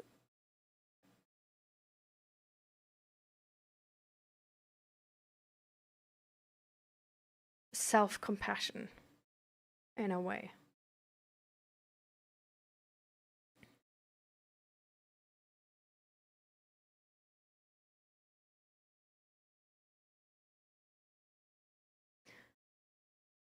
Because, for example, with exposure therapy exposes you to, well, whatever you're scared of, for example. So let's say you're scared of the dark in rooms and you do exposure therapy. You will expose yourself to that fear, but not from 0 to 100, but you're going to start small. And you're going to experience the fear. And you're not going to be like, oh, but I do it anyway. You're not trying to dismiss that fear. You're not trying to dismiss this feeling of being scared and small. But you're trying to be brave, even though you're scared. And then you up it, depending on your level. But it's a discomfort, a level of discomfort, which is picked to be proportionate to your level you're at. Like, you don't go to the gym and instantly start trying to do like 120 kilos, you know? Like, you start low. And you push yourself a bit, but you don't try on the second set to go to 120 kilos. But you maybe go from like 20 to 22.5, you know? And at the same time, you don't spend the entire energy you have on that entire day. But you spend energy for that gym session and having energy for the day left, for everything you have to do. You know? You're not supposed to be like entirely out of breath and entirely out of energy afterwards.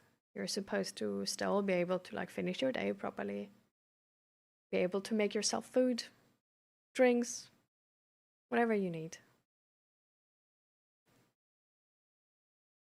But it's sort of like, the difference is sort of like, if you ever had like knew somebody where you felt like, oh, that person is just a pussy, like they're just like, they should just like keep their head down, like pull through, like they're just crying the entire time. Like that is like negative motivation, like that comes from like resentment and sort of like hate and from that direction, you know. But if you teach something to a kid, for example, you want them to succeed. Like, you don't give them goals out of their reach, you know. But you give them a goal where you know, okay, this is going to be challenging, but but I believe they can do it. So I think this is honestly the difference between pushing yourself beyond your limits and pushing your limits. You know what I mean? Were you able to follow that? Was that a good explanation for you? Or do you have any questions left?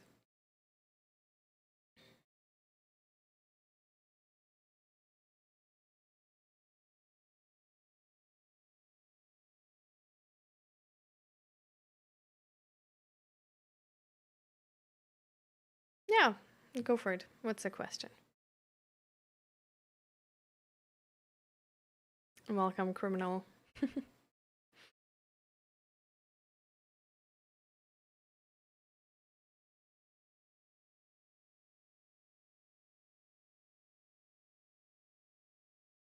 Your exam is in 12 days. Well, how is learning going, innocent guy?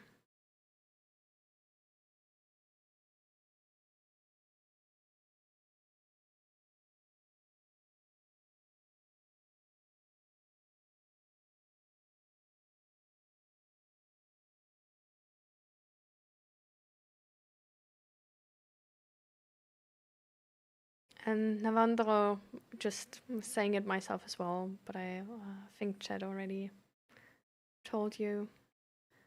It's like you don't need to leave. Like, we can talk about this, like, it's really fine.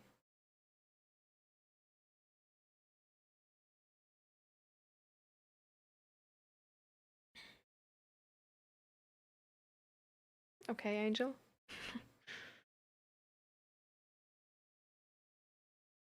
What is the...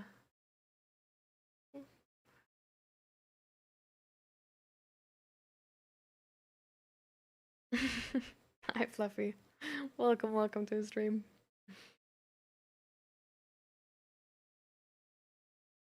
So what do we do with the statement "I'm single, Angel"? Is there sort of like a question attached to this, or?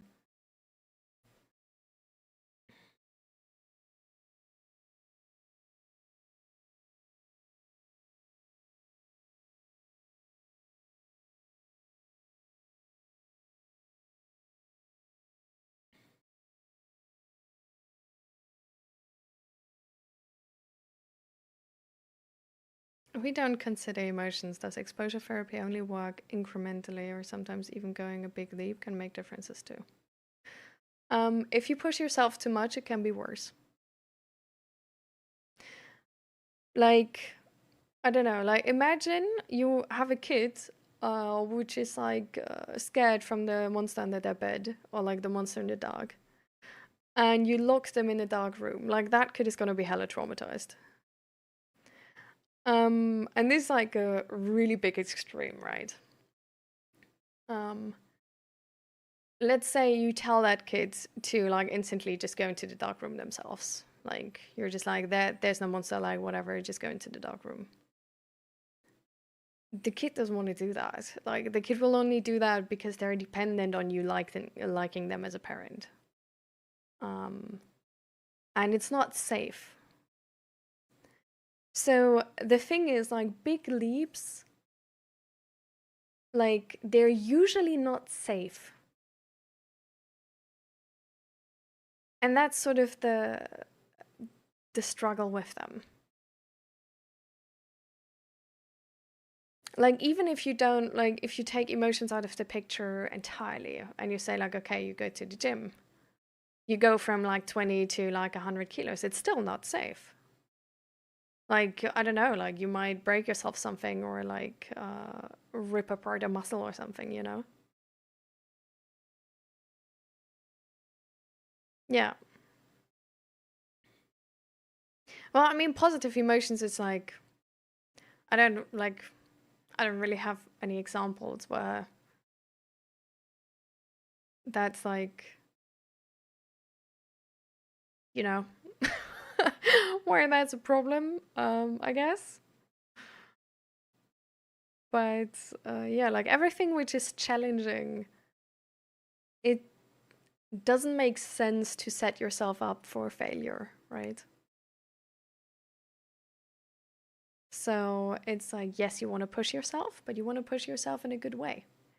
For example, I pushed myself in the gym in the beginning in a bad way. Like, I always expected too much of me in the first session. And then I got like really, really bad muscle pain because it was the first session of the gym in like months, and I pushed myself to like my old level.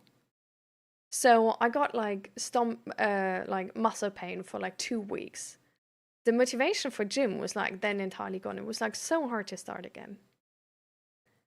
So it really makes sense to like put your, because progress is like, it's not linear, right? And for most things you need to show up a couple of times. If you risk getting hurt or like pulling a muscle or something like this the entire time, it will probably happen before you are at your goal. Because if every day you have like a high chance, well, you do this a lot of days, you know? So really adjusting the challenge to your skill is important to then be able to do your best on the next day, to be able to do your best on the next day, to be able to do your best on the next day. It's important to be healthy physically, and it's important to be healthy mentally. Because, for example, if you go to the gym in the morning every day, or like, well, every day is not, well, whatever. You go to the gym every morning and you push yourself to the absolute maximum. Like, literally, like, you go full, like, anime Natsu, you know? You say, like, no, like, nothing's gonna hold me back. Like, I'm fired up, and you push all the way through. And, like, you come home, basically, like, you're, like, dead. Like, you don't have any energy. You still have to work. You still have to make food. You still have to drink enough. You maybe want to meet with friends at some point.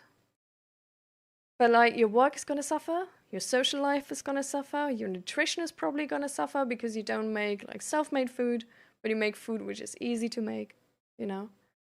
Like, there's only a certain amount of energy you have on your day. And you need to use it in a way where it works with how you have your life in mind.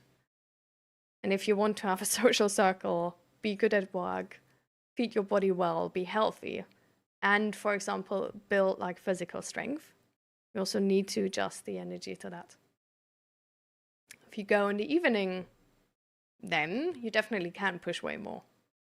Because you just, I don't know, you just go to bed afterwards. It's fine, you know?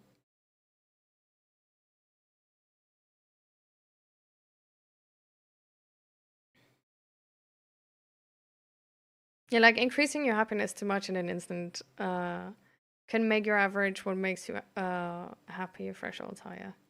Well, yeah, I guess like if you take drugs, then like shit's gonna be hard. But yeah.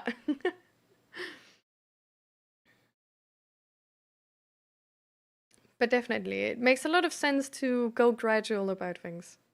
To also like see how you react to them, right?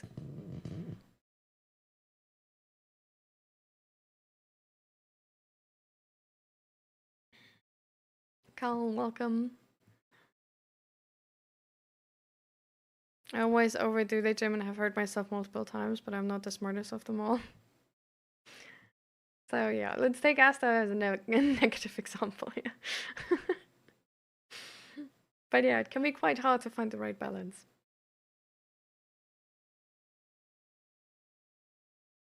How do I pronounce my, it's cute crate, but yeah, it's crate.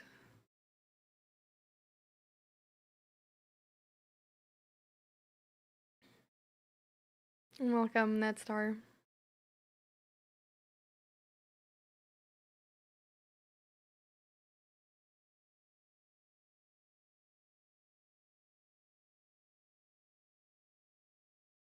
Thank you for the follow, by the way, as well. But some people can work really harder. Are they just different? That they have a lot more energy or body? Just get used to the energy consumption happening on a daily basis. So, yeah. So first of all, like there's also like people who take like drugs, for example, right? There's a lot of people who have burnout, like who get burnout. Like there's a lot of people who have a lot of people in their life who help them have that like efficiency and sort of like that like to get that work output. So I don't know, like if you look at like really successful people, like they don't spend their day like making food, like they have somebody cook for them, you know. They usually also like they don't just eat like fast food, they have somebody cook for them actual like good meals, you know. And like sort of like stuff like this, like they have a person like going through their agenda, like making sure it's like properly like task after task after task. They might not even like drive themselves, but let other people drive them, so they can like on the drive like either chill or like prepare something, some other. Like it's really hard to compare efficiency with other people because usually you don't know the entire story. And especially if you pick like a specific point in time, you don't know if that is actually working for their entire lifespan, right? Like they might die early because of like some like heart problems because of the stress they endured their life. Like stress is a silent killer, but it's a really efficient killer. So it really depends on like what you want to achieve in your life, you know?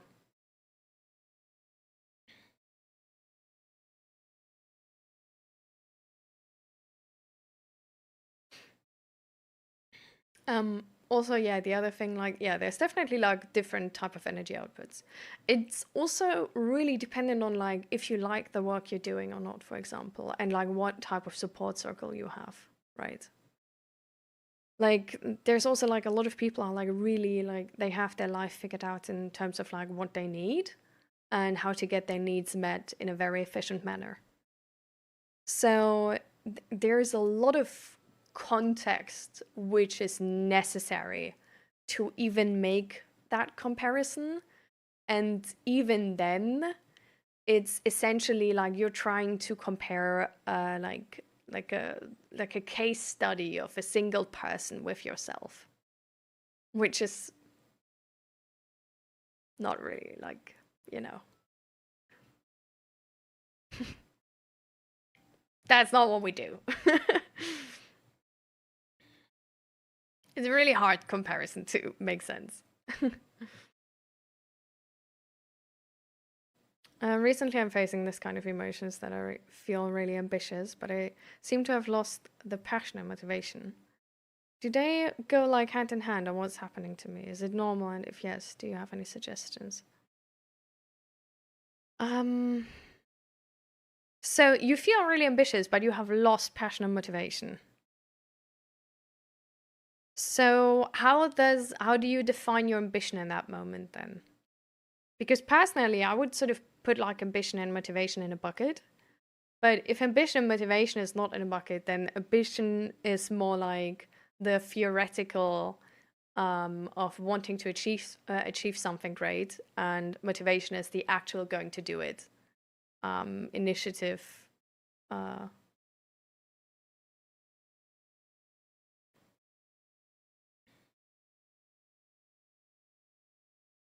Am I still vulnerable to water? I actually, like, it happened again that I that I was drinking like weirdly, but I'm fine, guys.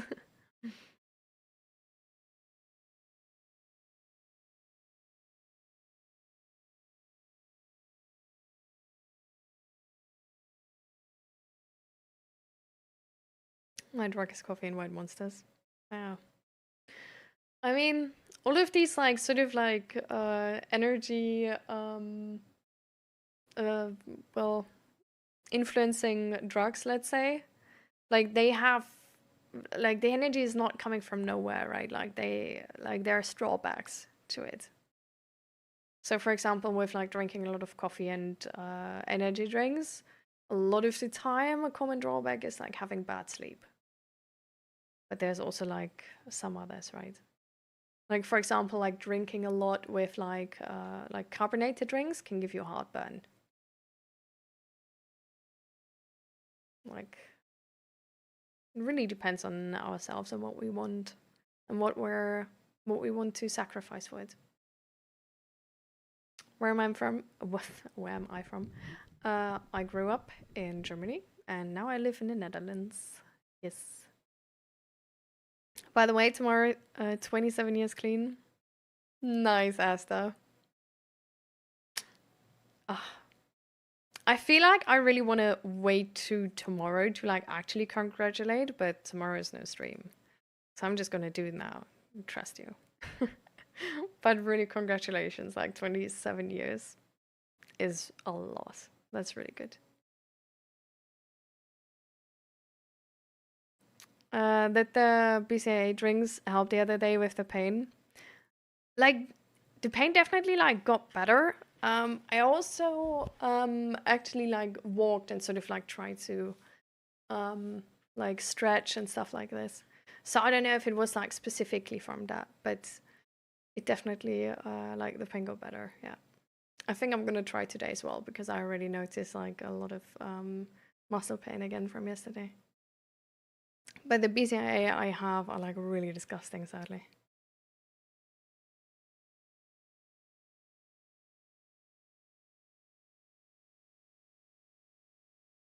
Ambition for me is desire to achieve something and wanting to achieve on it. And motivation is wanting to actually progress through. Yeah. Well, I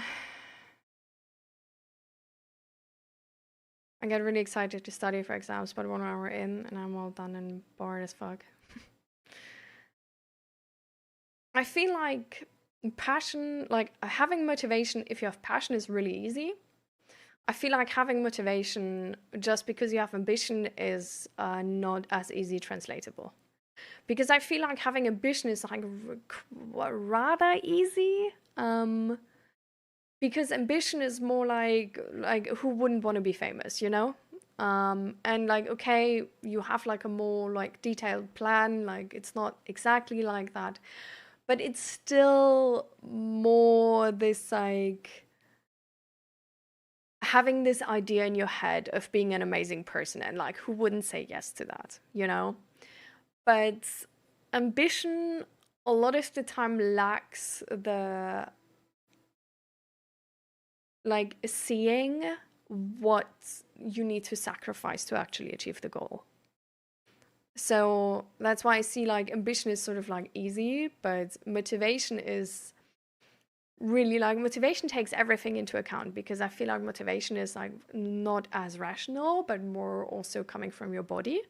And if your body is exhausted, for example, you probably don't have motivation. If your body is, I don't know, if your body has learned that every time you go to the gym, for example, you absolutely exhaust yourself to the last bit, and then you're not able to like properly care for yourself, and it has been a bad experience afterwards, then you probably don't feel motivated to go to the gym. Because your body is like, I know what's going to happen. Like, no, I don't, we're not going to do that.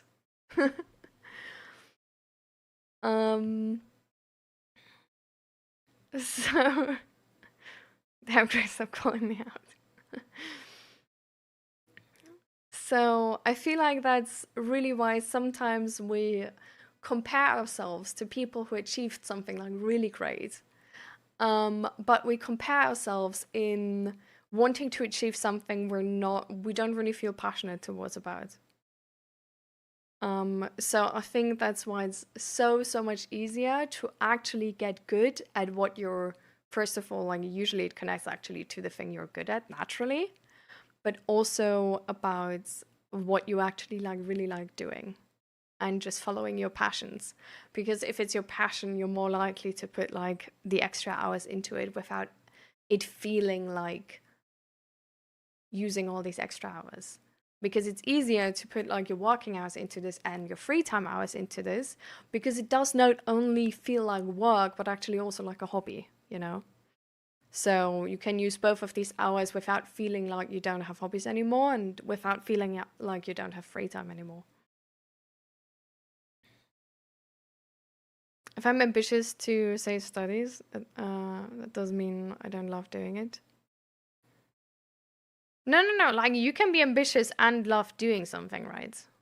I'm just saying like ambition alone is not a great indicator. Because you can sweet talk like anything. Yeah, because ambition is, yeah, lacking like the what you need to sacrifice for doing it. Usually. Discipline is more important than motivation. I think if you really want to succeed, you put yourself in a position where discipline is needed as little as possible because motivation is easy.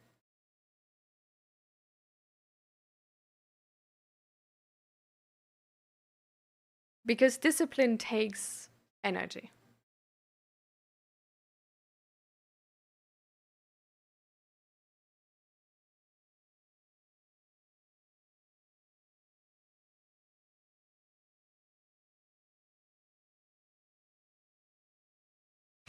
You're welcome. I have the fury but no legs. What? Do you have any like like you can also ask questions too, like if you didn't get anything or something. But even if I hardly can walk or lift my arms, I still cook fresh because it's what I only buy. Well, I guess necessity is also a motivator.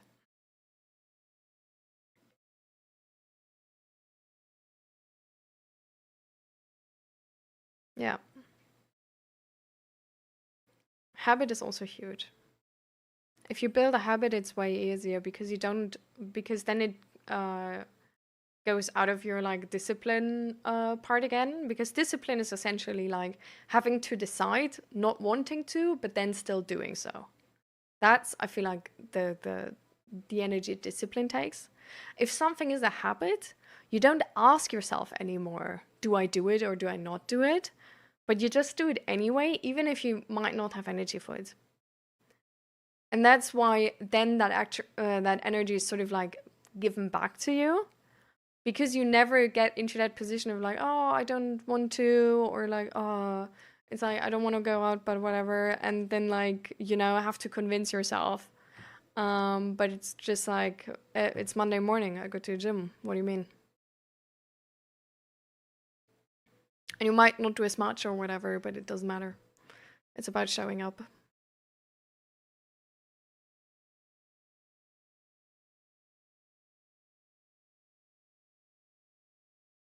Welcome back, Navandro.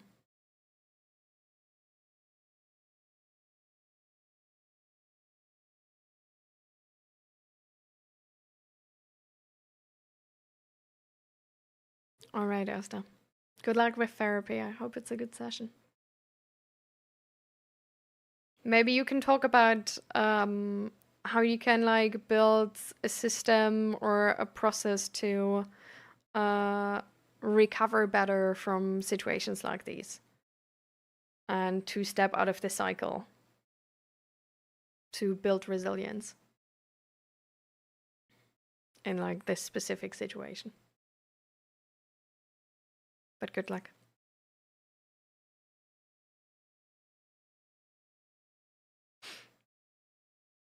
And yes, Navandro.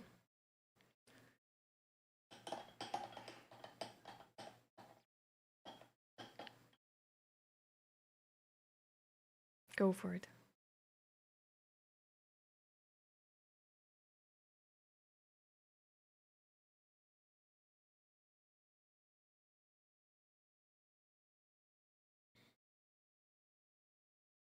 Like for me, I can face my biggest fears, but can't stay bored for long. Because your biggest fear is being bored. I will explain that in a second.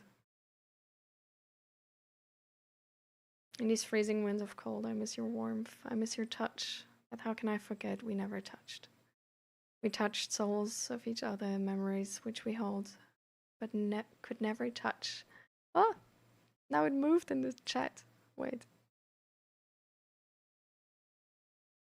I can't move the chat. Again.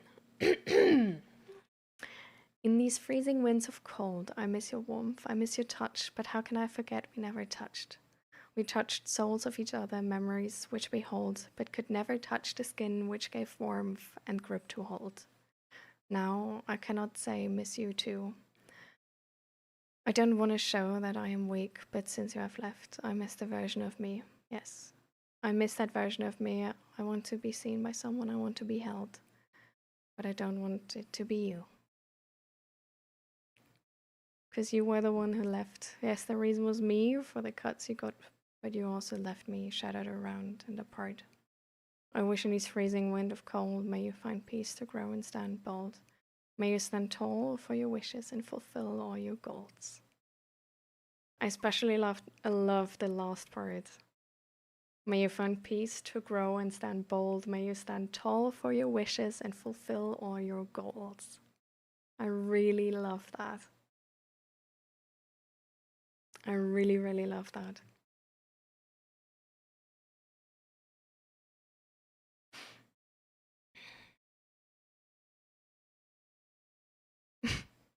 Innocent guy tried so hard to write cool here. But autocorrect or whatever didn't come through.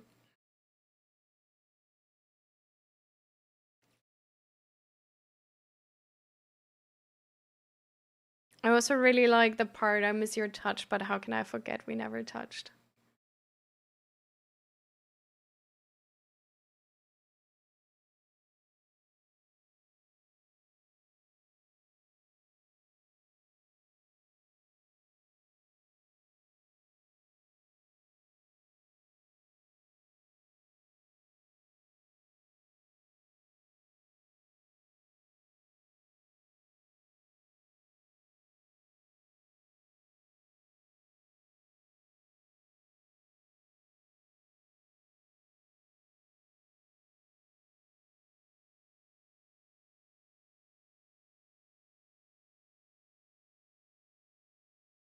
Go for it, we're doing poems now.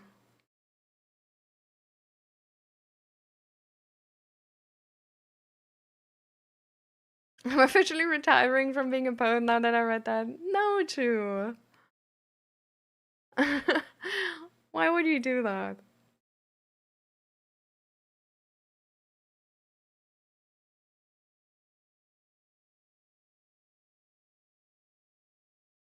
I really like that you write poems. I think that's really good.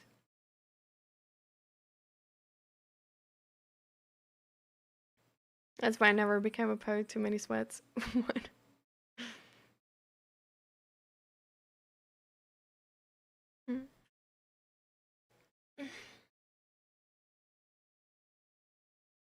Okay, let's hydrate everybody.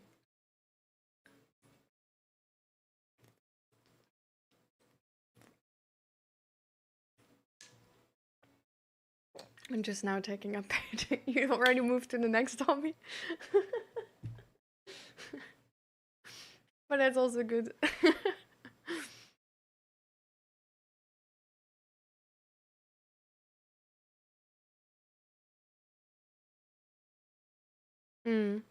I mean, we have the self-promotion Discord channel. You can put your link in there.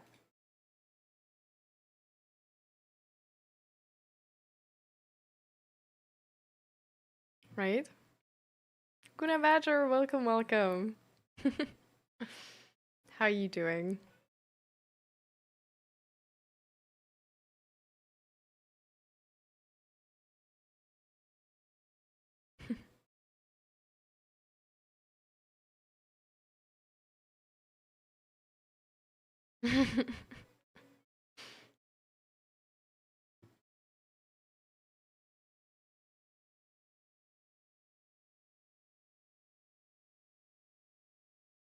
You could actually... Okay, English poems, well.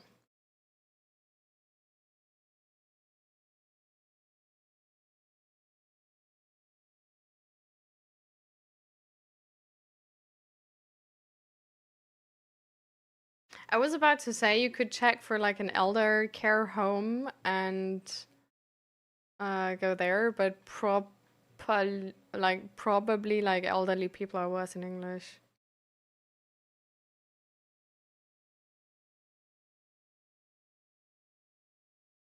But yeah.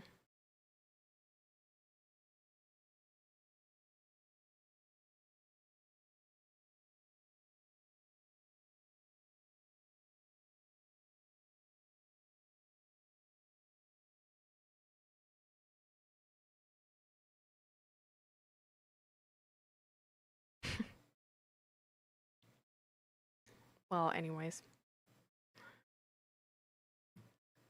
But yeah, go send it in the self-promotion channel on the Discord, Navandra. Like, stream really liked your poems. Then they know where they can find more, you know?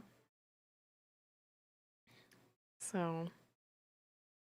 And with the open mics thing and stuff, yeah, I bet it like... it really depends on like the place where you live at, and also just time, right? Like there's so many like new things popping up all the time, so you always need to watch out to be like on the newest, to have the newest information, I guess. But yeah.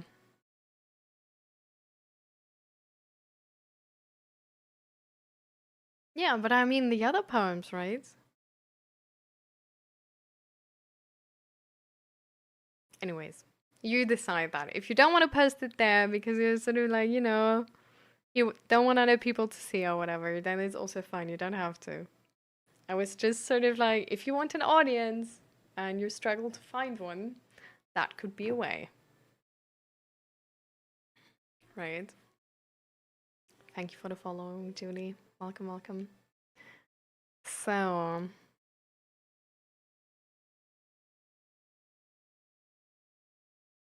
But yeah. I don't know, read through the responses of chat again. It was so wholesome. And like, especially the last line, like I loved it so much. I would honestly like the last line, I don't know, I would put on a t-shirt, honestly.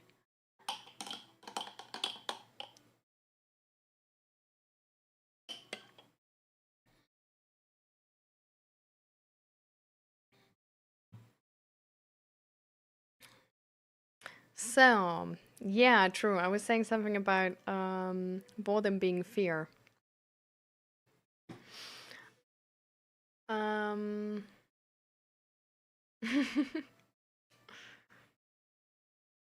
Chat, stop, I need to put my poem here. Okay, go, innocent guy. We'll wait with the boredom fear for a second longer.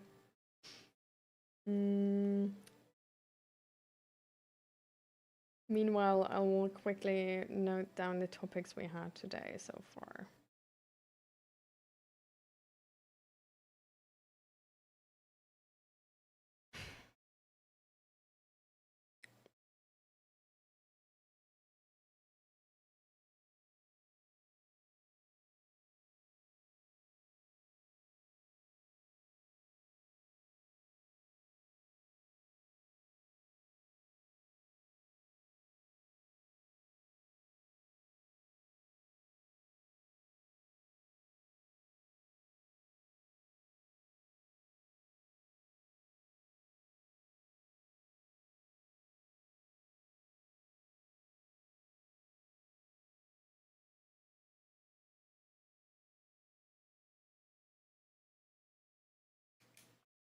Okay.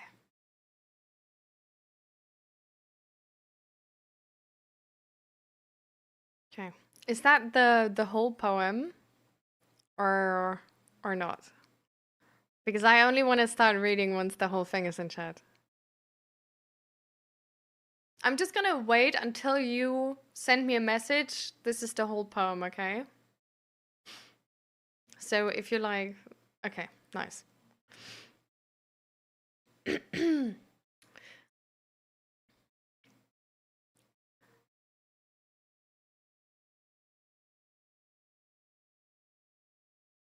Ah, I can't. Okay.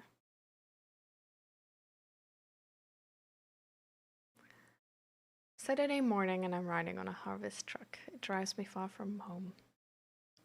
I'm a tulip petal pivoted to the flat bed. As I gaze high, I could see the long grapevine leaves the green moving. What? Oh, leaves are green. Moving. Okay, wait. I'm gonna read the whole thing and then read it.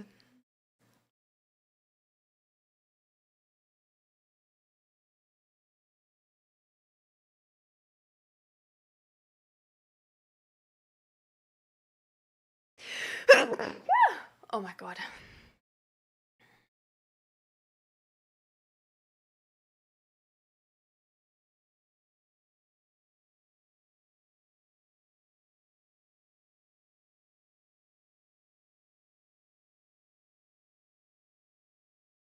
What?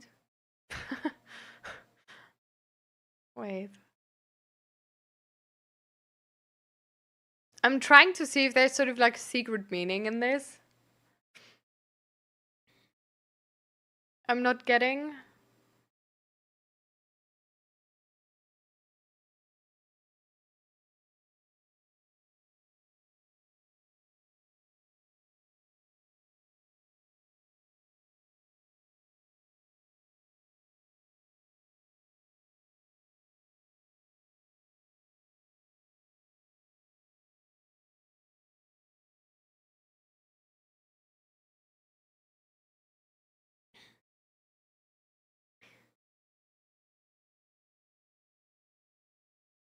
Isn't casket like... What is casket?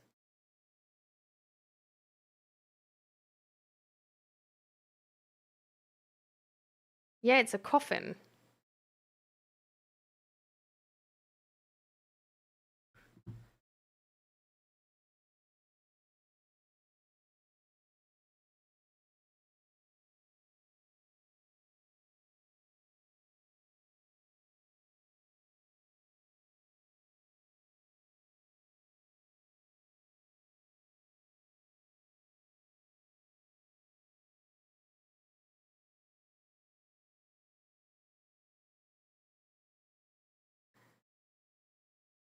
Wait, but is that like... Huh?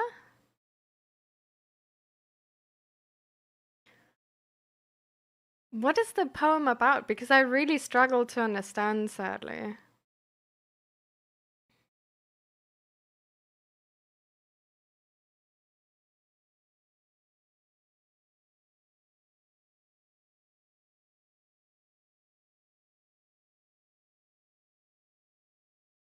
Isn't also the flatbed not like a...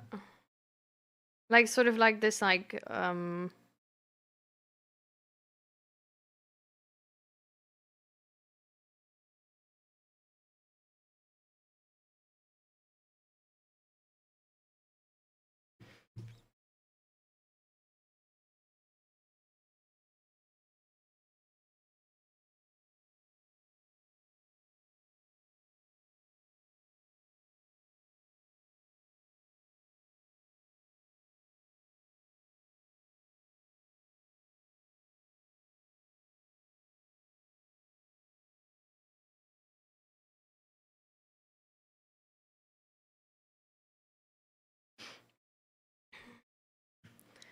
No, it's more like the... Because the casket inside my chest, like, do you mean casket in that moment? Because I'm really...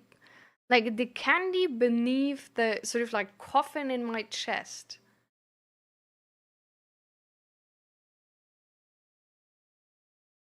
But the candy is filled with...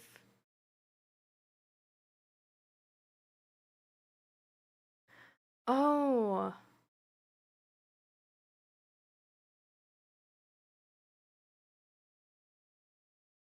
So what is the coffin inside your chest then?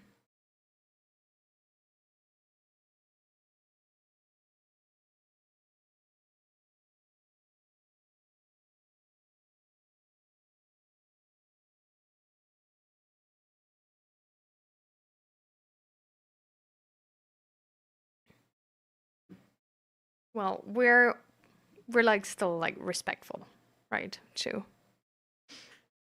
Like it's hard to write poems. Like, I've never wrote a poem. I don't know how that shit works.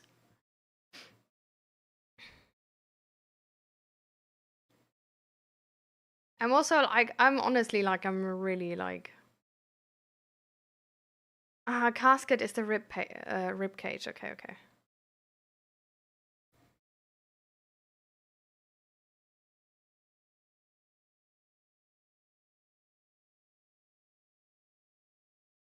So, okay.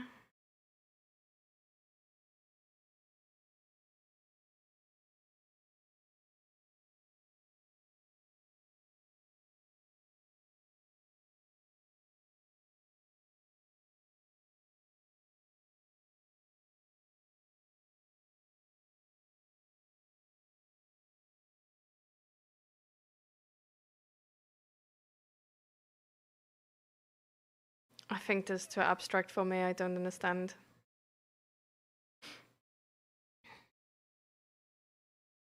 Like, I'm a really literal person.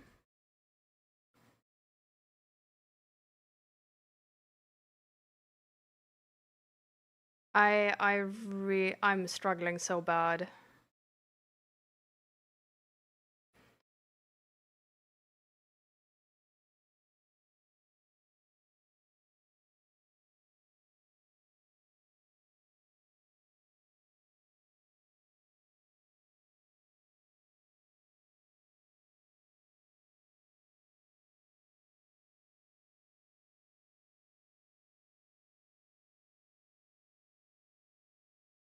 What I like, the only thing I really like, and this is like the extent of like metaphorical thing I'm getting here, is like this beautiful boy lying with his blistered jaw of happiness. Like, I really like this sort of like, you have a jaw of happiness, but it's like not perfect, you know?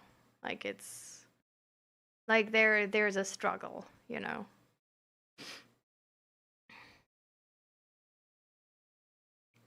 But the whole like this moving from like being a tulip petal to like plucking a grape and like then like I don't know. Yeah, this is so confusing to me.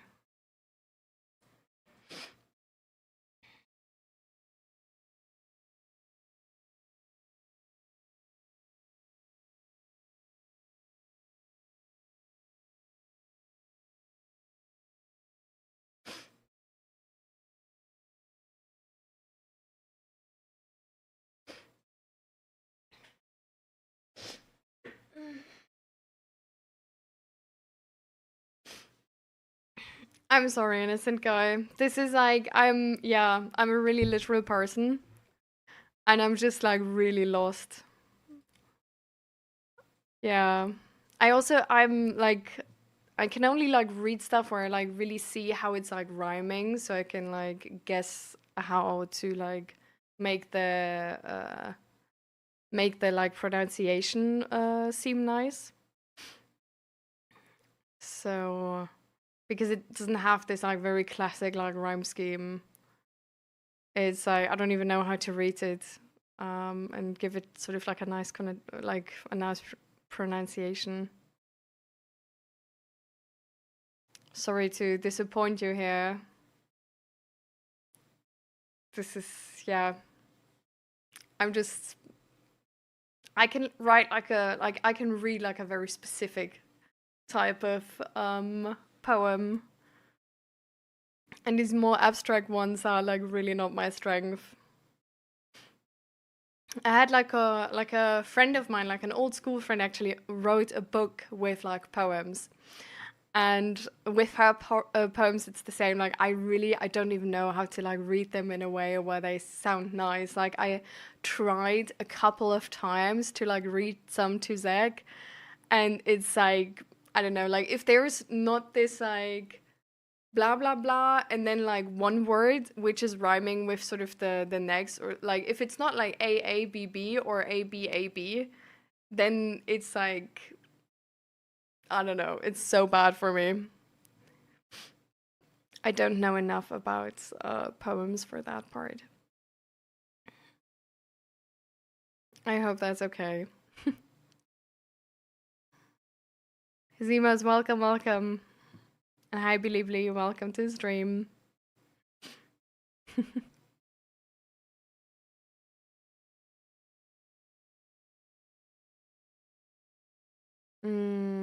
Back then I listened to some rap, but nowadays I don't. I have some like really nice rap songs in my library still. My music library, but apart from that, no.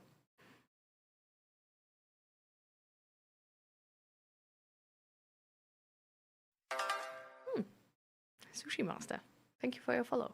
Welcome, welcome. So yeah, there's probably also a thing, like, I don't know, if I would have like training and rap, then I could rap it at least or something. But no, entirely not. Entirely not.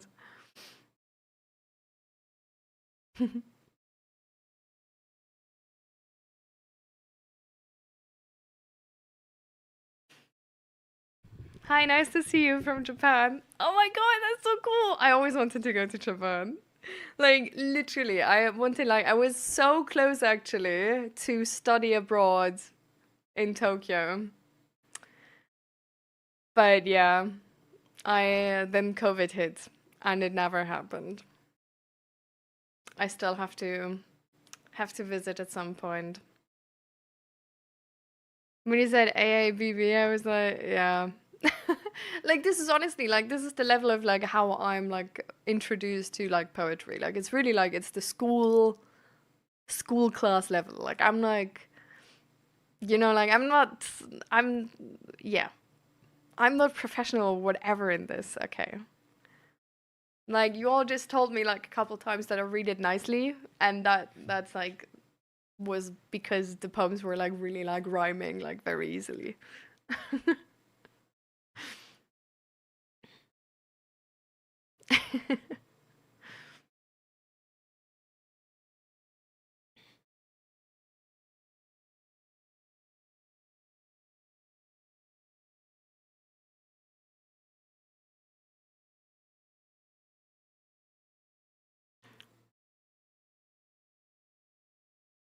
I will at some point visit Japan for sure.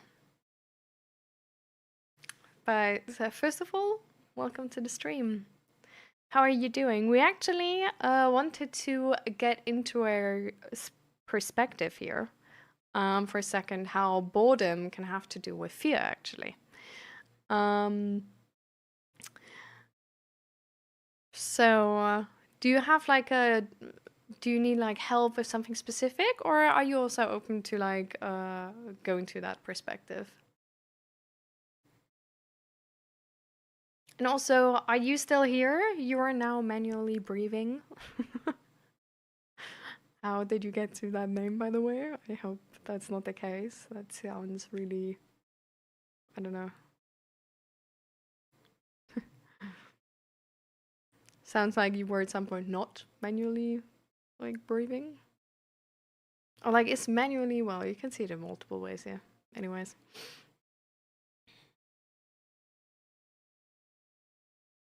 What is that?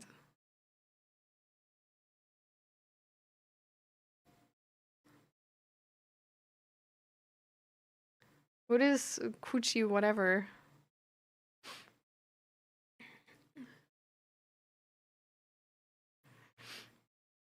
Okay.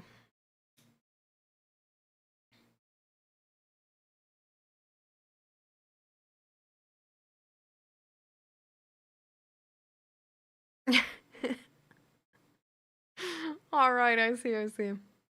You read haikus? No.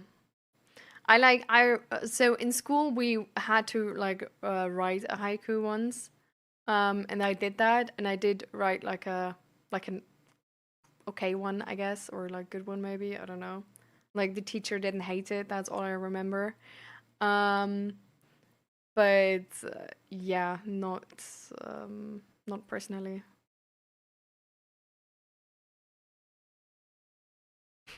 Welcome back, Novandro.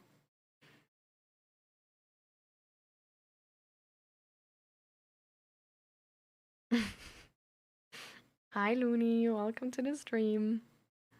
I'm learning English, so I'd like to go abroad. Unfortunately, never been there though. Ooh, that's a really nice goal though. Going abroad is always really nice. Like, I grew up in Germany and now I live in the Netherlands, and even though it's like really, really close, it's still a thing where like cultures are like so different. It's really cool to see it firsthand. So I hope that you will at some point like be able to do it. Like, maybe you can actually come to the Netherlands, to Utrecht. I would show you around.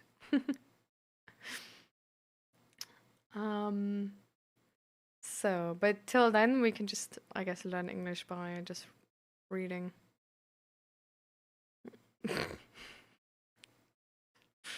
Yeah, I'm not into the Formula One at all though, so sorry.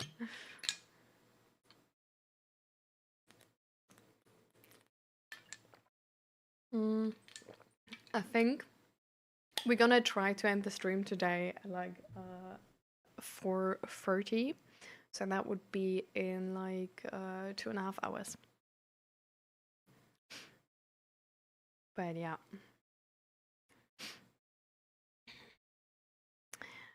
So, beware of danger. Yeah. Be safe, Fluffy. See you the next time, Fluffy. Have a good day.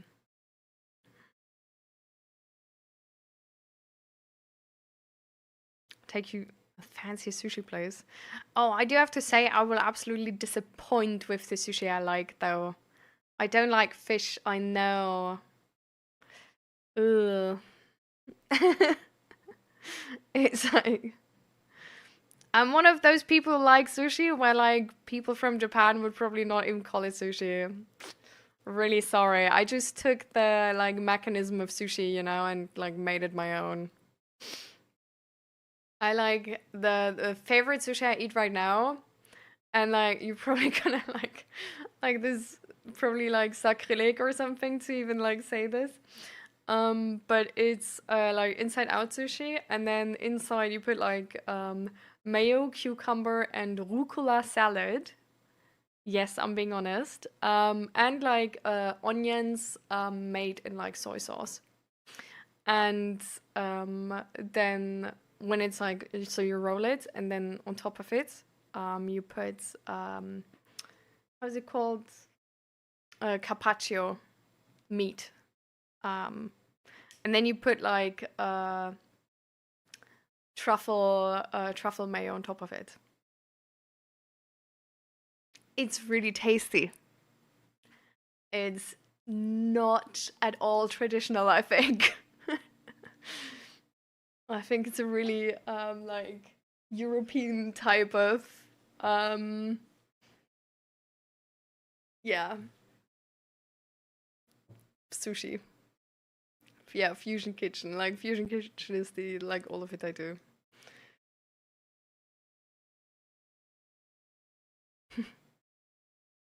I bet. But yeah, like I don't eat any fish. And ramen. I really like ramen, but only with chicken. So, I don't know.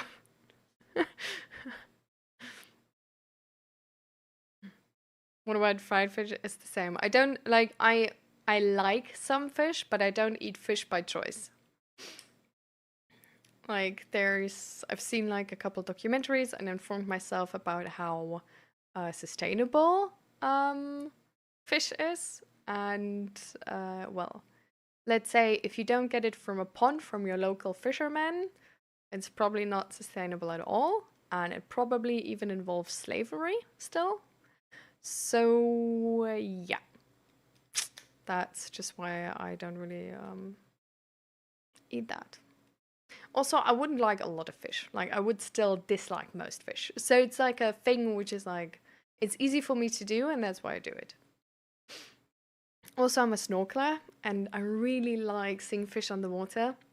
So it's just one of those things where, like, I can't imagine eating any of those, like, tiny funny, cute creatures I see underwater.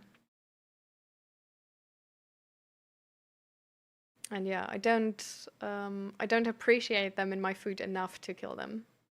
Let's say it like this.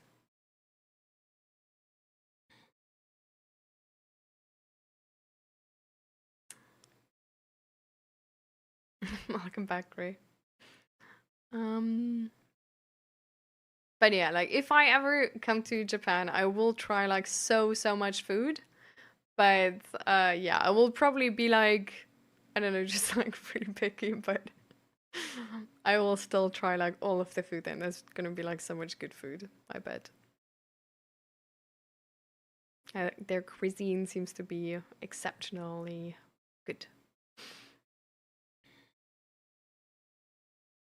You should try scuba diving. Yeah, I've been scuba diving. I have an open water. I will say the accent has stayed the same from last streams. Well. So what is the accent like again? Hello?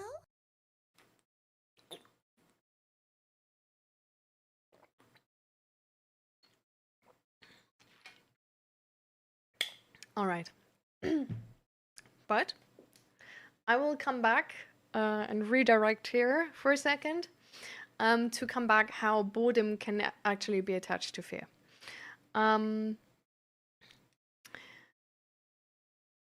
Exactly.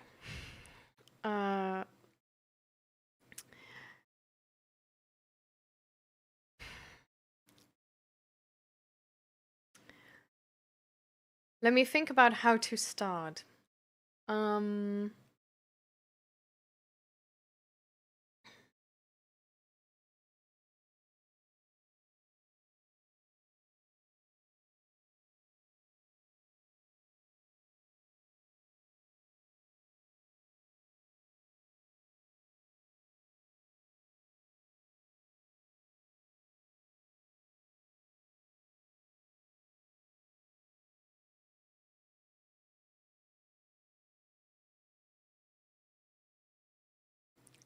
So this is like, I'm gonna just start from like one perspective, and then we're gonna like broaden the picture later, I think.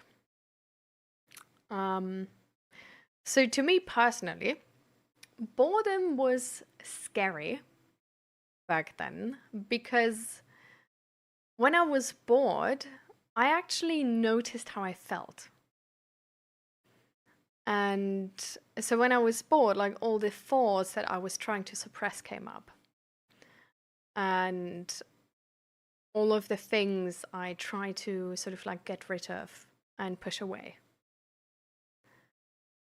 And a lot of anxiety became louder than usually, because usually I had something to do, but when I was bored, there was space for my own thoughts, a lot of space, and these thoughts weren't really nice or just pleasant, you know?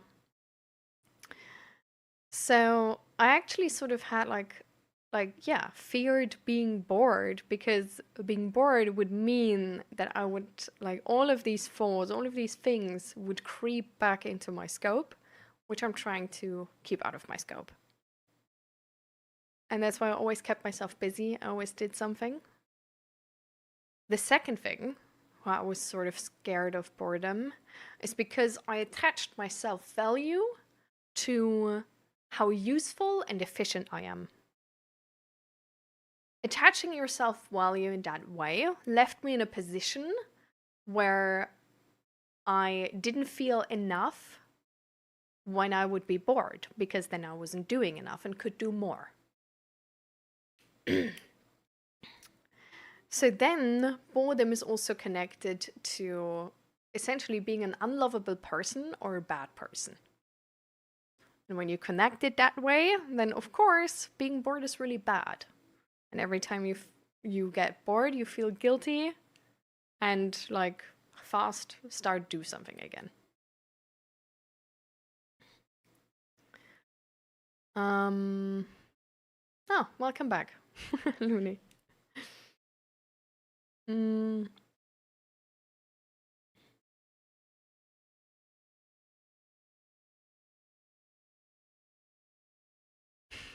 Alright, Grey Soup, see you then.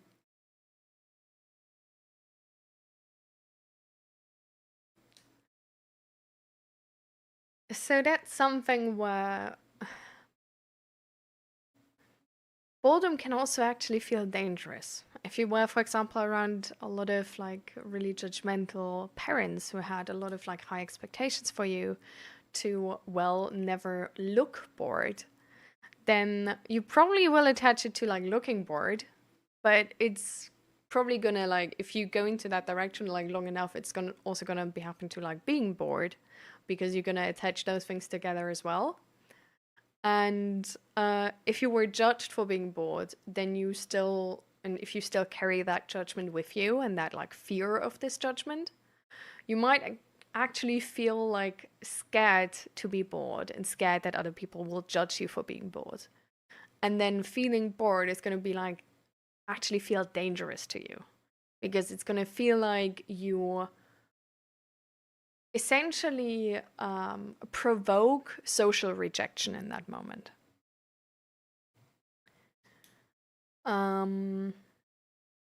What other perspectives are there available?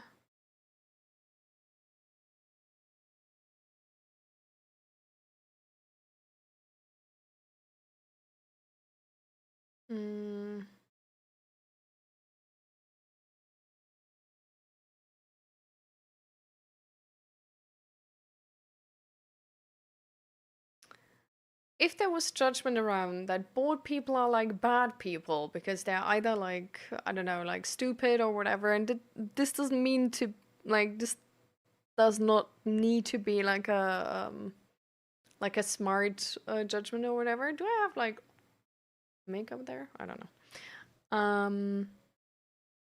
Can boredom also mean loss of meaning in the pursuit I am in?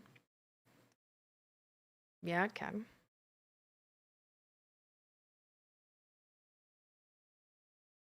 I mean, I get, okay, how do you mean loss of meaning specifically? I just noticed there's like multiple interpretations actually. So which do you mean personally?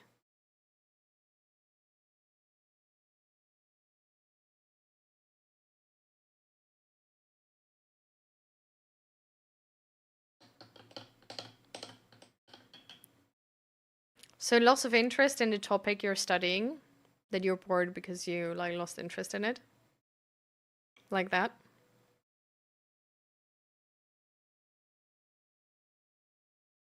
I don't get value I used to anymore.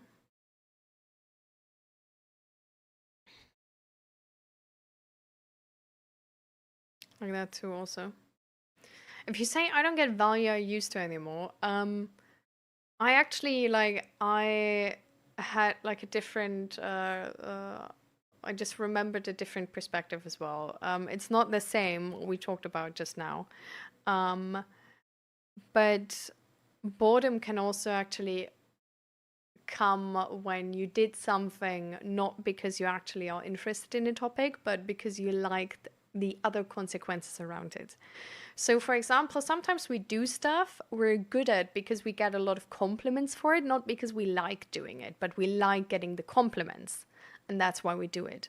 Once we then don't get the compliments anymore, we're entirely bored out of our minds from that topic, because we never did it for the thing itself. We only did it for the sort of situational consequences of that. Right. So that's also a possibility. It's not really like being like feared of being bored there, but it's more like if you're like, a lot of people are like getting bored really quick from things. Getting bored can also actually mean that you're scared to fail, by the way. It can sort of be like a self-preservation thing where you like lose interest in something because you're scared of like failing or scared of being too much like everybody else.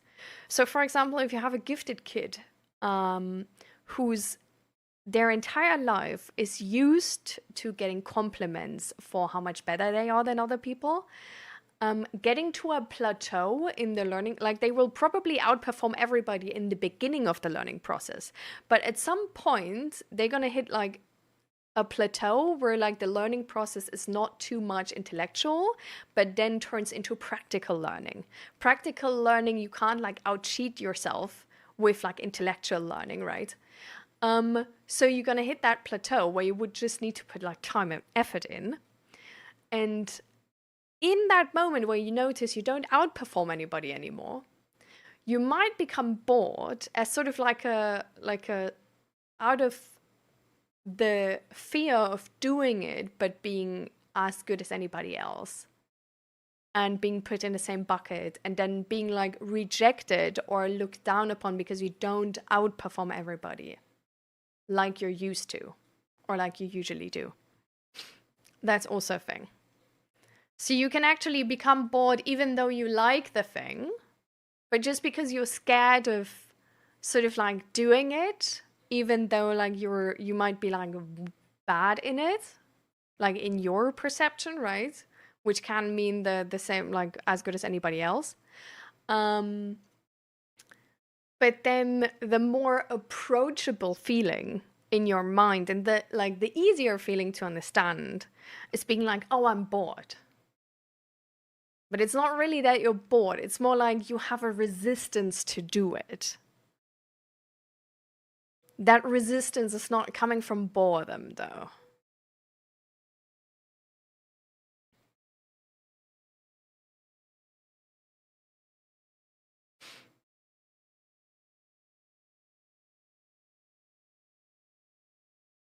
Also, I feel like plateau hits for me because I feel I don't feel utility in it anymore, and just studying for exam isn't worth it enough. Yeah, it's also like, you can also like for another reason, like if you've come from this like more gifted approach, right? And you always like outperform people.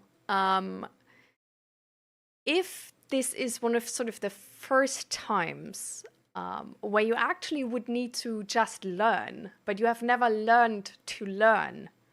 You have never learned to put effort into something, you know, like every day.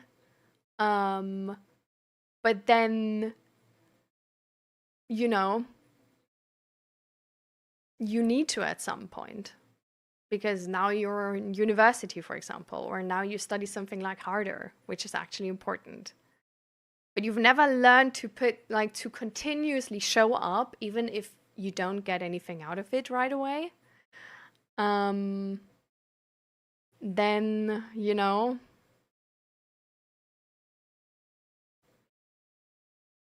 you might also have like resistance to actually do that because it's something you don't know. Something like this frustration tolerance is not something you've learned.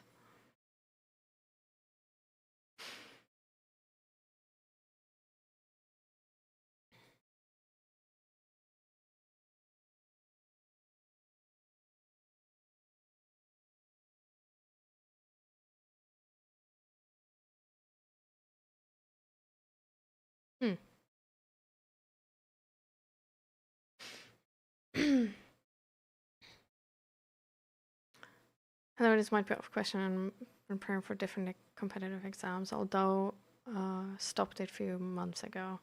But sometimes I start feeling like I wasted my youth, and there's emotional cry come out, like automatically started crying. I had prepared for like 7 years. So you prepared for 7 years, but you sort of like let go of the goal a few months ago?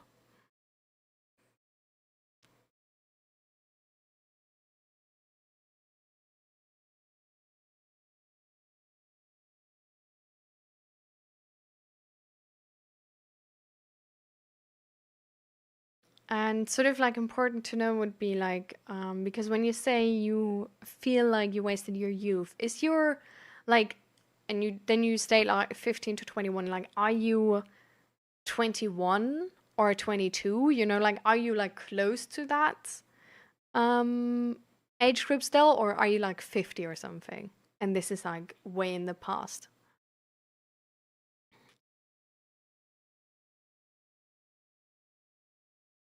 And how do you push through this resistance feeling boredom? Just doing it irrespective? I think no. Like I personally, I don't like that approach. The approach I like is introspection. So what I would do is journal about that resistance. Like I would essentially run self-experiments to try and find out where the resistance is specifically coming from and what is specifically boring to me. Like, is it boredom more like generally, or is it boredom from like a very specific subject? Is there like a specific fear attached to it? That, I don't know, like you might, for example, have heard that like with that one exam, the professor who's like grading it is like grading everybody bad anyway. And so that it doesn't seem like worth it to learn anyhow, you know? Or is it maybe that you, for example, you overworked yourself and that's why now you don't have any motivation or passion to do it anymore? Because you made it to work so much that you just lost your passion, and that's why motivation now is harder than before. You know?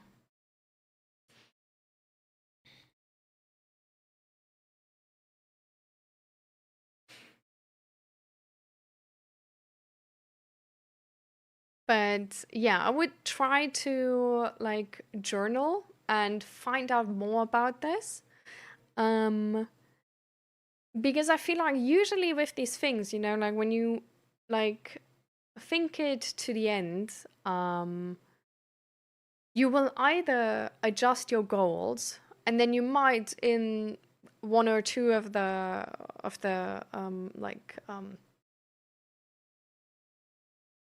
subjects you have in your studies not put the full effort in, but in other subjects you might put the full effort in.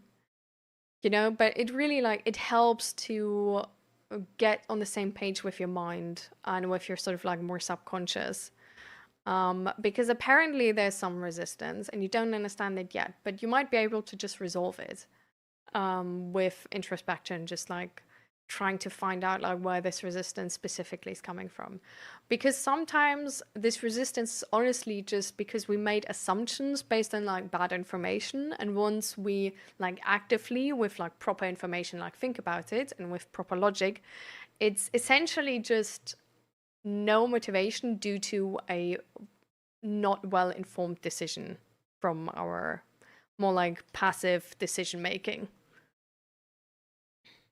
Have you faced this resistance sometimes while studying? Yeah, for sure. Like, I don't know, like, for example, like when I studied for like my final exam in school, and the beginning of the year, I was like super, super motivated to like push hard and like really show what I can do and like get like really good grades, you know? And then I noticed how the grading system is inherently dependent on the teachers and not on your own academic skill. And that took away my entire motivation to actually do more than before. But I honestly, like, I don't know, I didn't bully myself for it. And I wasn't disappointed in myself, because when I thought about it, I thought like, well, if this is taking away so much of my time to maybe not even get the results I want, because it is so like dependent on the teacher and their grading, then, well, it's not worth it to me anymore. Like, this goal doesn't seem worth it. And instead, I focus more on my friends and stuff, and I don't regret it, to be honest. In my studies, then later, yeah, sometimes it really sucked to learn. But I knew I wanted to finish the studies, and I knew I wanted to like get a decent grade. And we had sort of like, what we did was that we actually like met up with other people, other students from our studies, and learned together. So that was also really cool to just have like more of like a learning with people type of approach. Sometimes right now with like the psychology stuff I learn on the side, because I have like a really big ass book I'm reading. called like psychology, just literally psychology. It's Gleitman. It's used by the MIT psychology course. So I was like, okay, I'm gonna like buy that book. So I'm gonna read through it, learn with it. And I noticed that I feel like no motivation to like read it.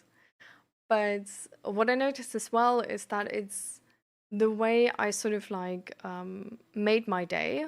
I a lot of the time just didn't have the energy to read through it because it's a complicated book, and I didn't leave enough energy to actually like spend it on reading that book. But once you change that, then you have that energy, and then motivation is coming back.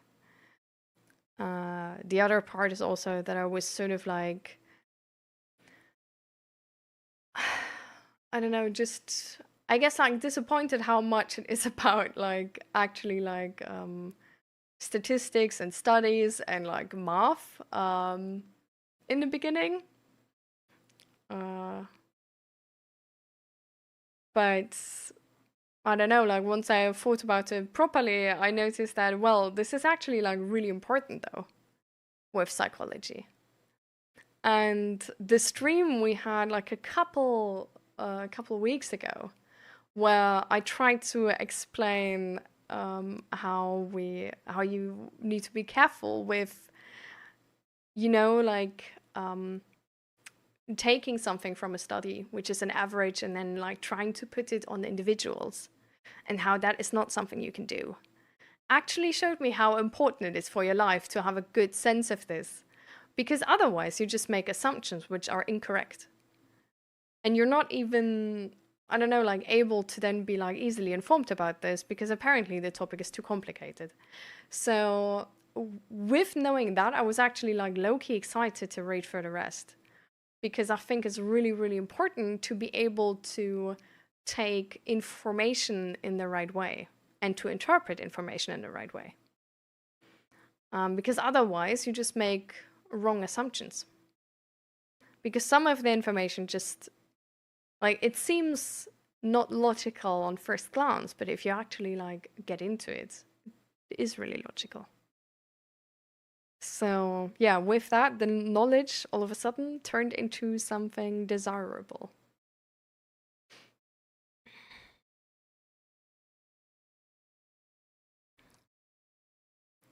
So it's introspection, solving the core problem and not the symptoms of the problem, and slowly expose myself through boredom. Is this the right approach?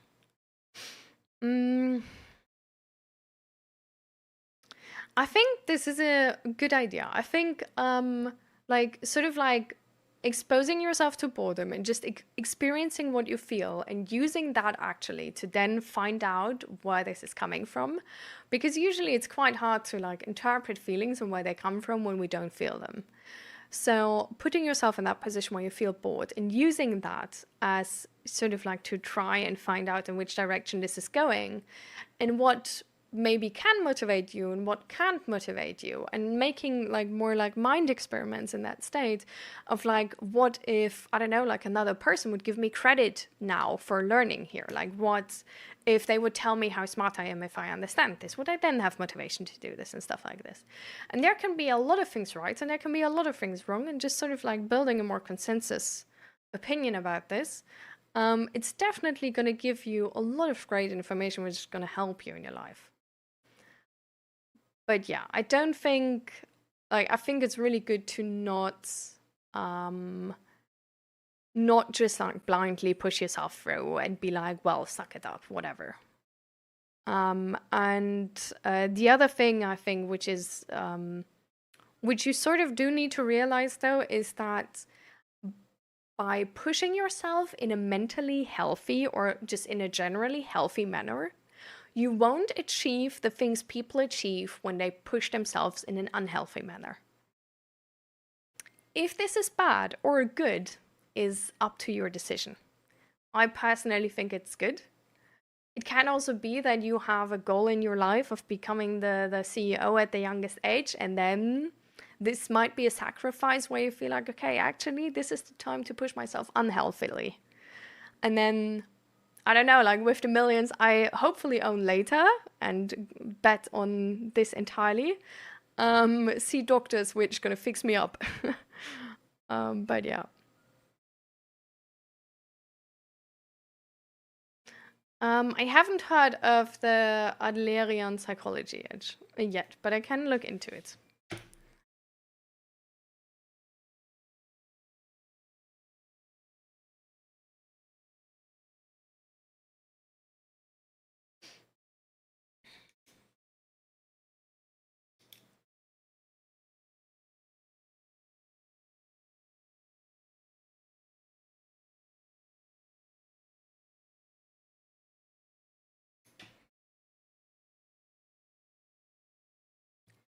Did you use it on someone? What do you mean?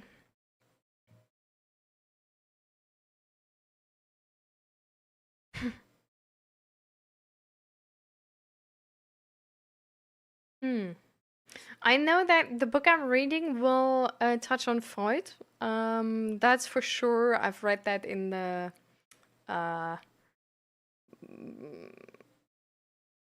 thing what is gonna be talked about in the book.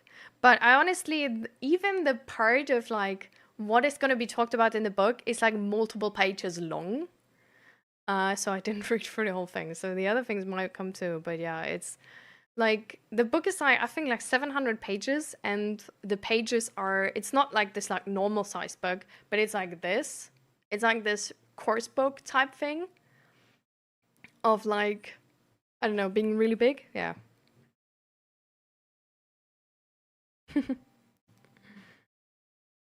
I really like the questions. I really appreciate you being here. It was a really, really nice discussion. So let me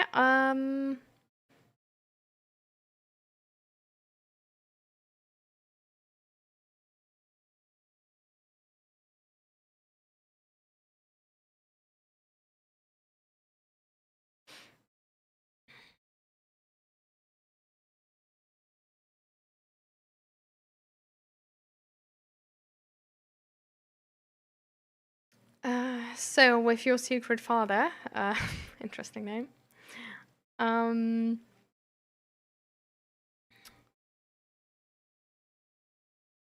Yeah, I'm still interested to know, like, just if you want to share, of course, you don't have to.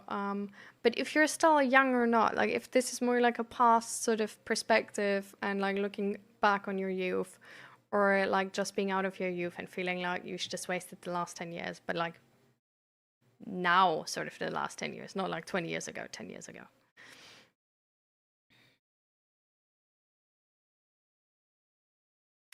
And welcome. Welcome to the stream. Corrupted or?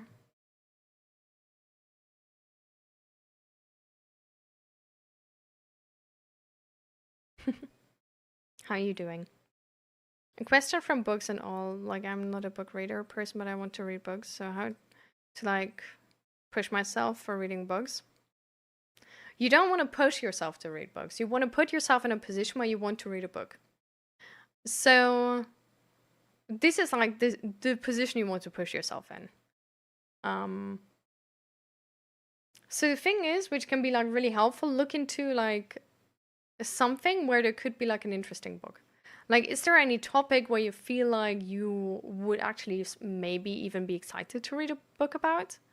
Like, it can literally, like, you can start with like, I don't know, like reading like how do you say the like a manga or something, you know?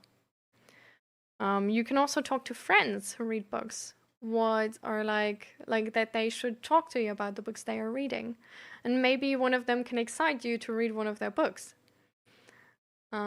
Because of how excited they are for the book, you know. Or like try to find sort of like a book club online where like a person's maybe like making you excited about a book.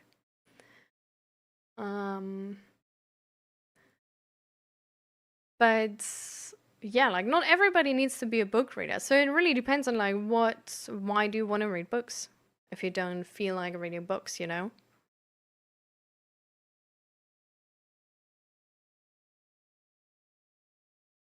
I'm okay, just super tired since expecting a little one there, just kicking me in the ribs. Oh, I'm so sorry for you, love. Oh, yeah, they have energy for days, right? Is there anything you can do for yourself to, I don't know, to have an easier time with this? Like, is there any partner who can give you some cuddling, You haven't slept since 6 a.m.? How late is it at your place? Because, like, to me, it's like 2 p.m., so... But even so, I would die if I have to wake up at 6 a.m. I feel like personality is the most interesting thing to me in psychology. I think psychology has so many interesting topics, but I want to say I'm just a really curious person, so...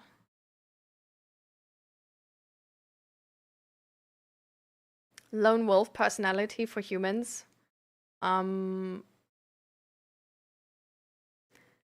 If, like, I could be really sort of like cut dry on this.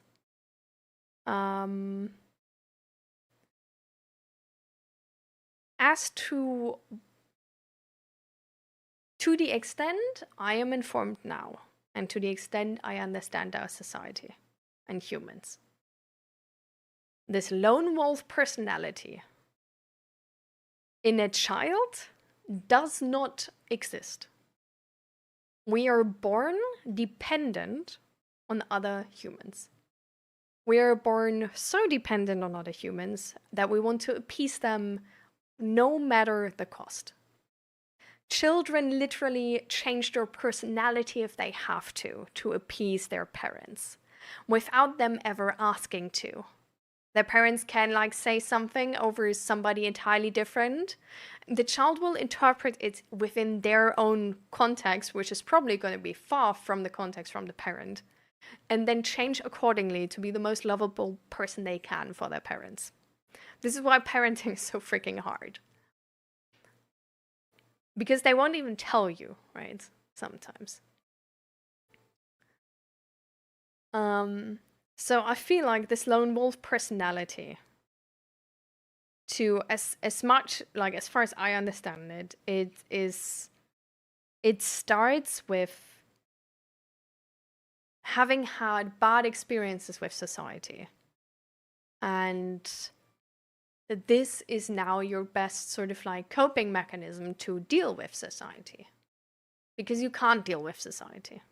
So now you're a lone wolf. But with that, it's more bred through fear and this lack of safety and lack of being accepted than any, well, character or choice.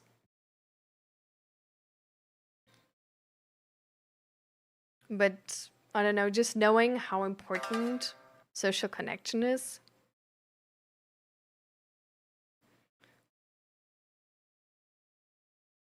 Well, we never know anything, right? For certain, and there's always gonna be individuals which will surprise us. But I think the percentage of people who actually, like, when you would tell them, like, make a dream world and who would you be in that dream world, I feel like I don't know if there would be anybody who would make a dream world where they would be a lone wolf. Like, if you really are able to explain that person that they can ask for anything in that dream world, because not understanding that you can ask for anything and not believing in something better is very real. But I feel like if you make that person understand that they could ask for absolutely anything in that different world, and, like, who would they be? I don't think they would choose, like, I don't think there would be many people who would choose a life without anybody.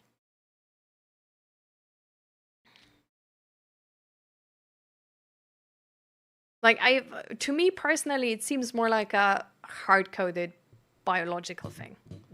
It seems more like a survival instinct to have social connection. Especially because social rejection actually like shows up in our brain as like physical pain as well, right? So I feel like, yeah, I don't, yeah. So I'm not saying I'm right, but this is like sort of the extent of as I'm informed. So I don't think there is many people who fall out of that. Thank you for the follow, Woody. And hi, Fireshark. Welcome, welcome.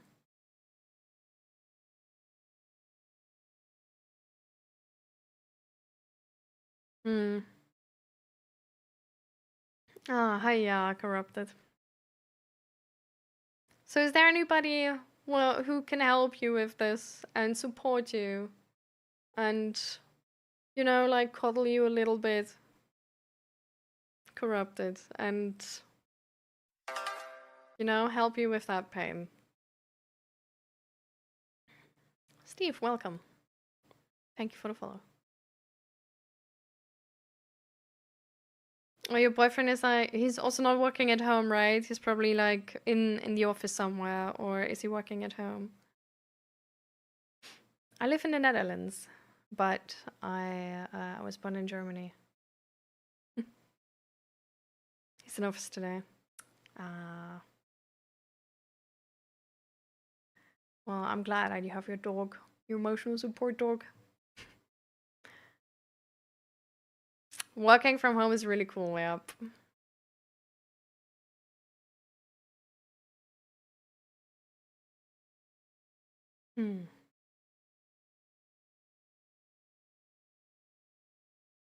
Well, I see you, Corrupted. And I hope your baby's gonna chill for a bit and gonna give you a break.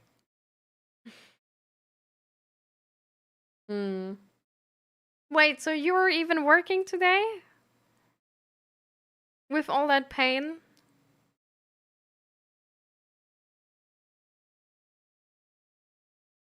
You've worked from home almost every day for the last 4 years. Love it. My husband is actually like looking for a job which is like working from home entirely as well. It's a bit hard to find actually, but that would be amazing.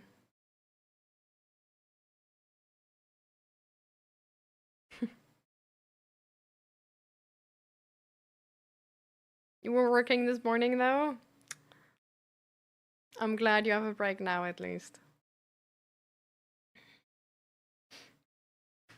At least cuddle yourself, you know? Like, respect the pain your body is enduring right now.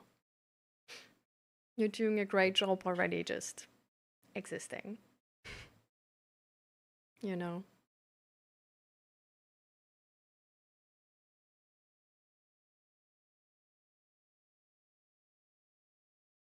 Well, I want to read because I crave knowledge. I just want more and more information, like any story or any other perspective to visions, or anything related to psychology or even other things. Okay. But like, so where does the perspective come from that you're not a book person then?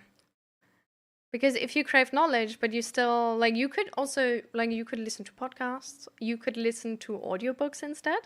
Like, you don't need to, like, actively read. You can also let them be read to you, right? You can also, like, instead of reading, like, entire books, you can also just read studies or articles, which are quite a bit shorter, right? Could narcissism lead to lone wolf personality too, or would narcissists work on pleasing more? So there's different types of narcissism, right? I'm not entirely sure about like all of them right now, but there's a type which is like entirely based on like what other people think of them. I don't think they want to be a lone wolf, like because their self-image is entirely based on the people around them, right? Like they're very dependent on the people around them. So I think that would make them like not a good fit for the lone wolf personality. But I guess in terms lone wolf, that like narcissists are really like disconnected from the people around them, but also a little bit from themselves. actually kind of a lot from themselves. So I guess in terms of like that deep connection, they're definitely a lone wolf personality, but not so much that they actually don't want anybody around them. Because yeah, like for that, again, there's like multiple different narcissism types. But for like that, like classic narcissist, they are like really dependent on the opinion from others on them. So they wouldn't really choose a lone life. Because on their own, they're miserable, yeah. But there's only that one. I'm not a professional on like narcissism.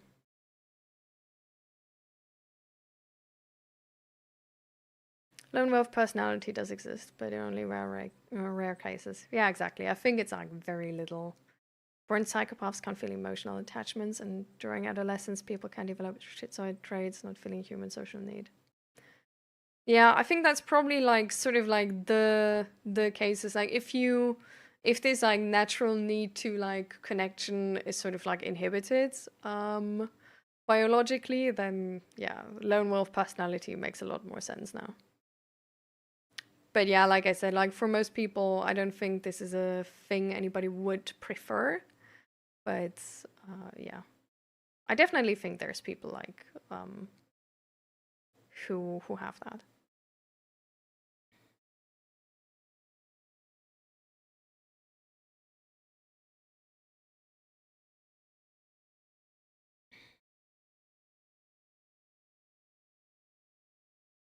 True, but I was thinking of possibilities that I feel so superior that they don't think anyone is worth enough value and stay alone. I don't know. I think like, well, again, depends on like the narcissist type, right? But the stereotypical one I sort of described is they only feel superior because of the people around them. They on themselves feel inferior deeply because their self-value is dependent of the opinion of the other people. So it might be that in this like a good mood, they feel like, oh, I don't want a partner because nobody is good enough for me. That's true. But they would still seek approval and compliments and stuff like this. So it's not like this like lone wolf of like, I don't care what anybody's doing. I want to live alone in a cabin in the woods or something. I mean, maybe that, but then like they like are online very active. I don't know. But yeah, narcissism is also really interesting, but not a topic I've read much into. You're from Michigan? Welcome, welcome, Steve. Welcome to the chat.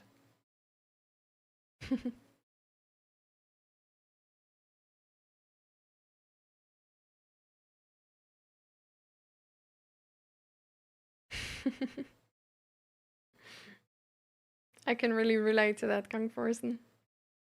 I think in some workplaces it's actually like really nice to come into work. Like if you really like your coworkers and stuff, for example, but yeah, I don't know. I feel like the peace of being at home is hard to beat.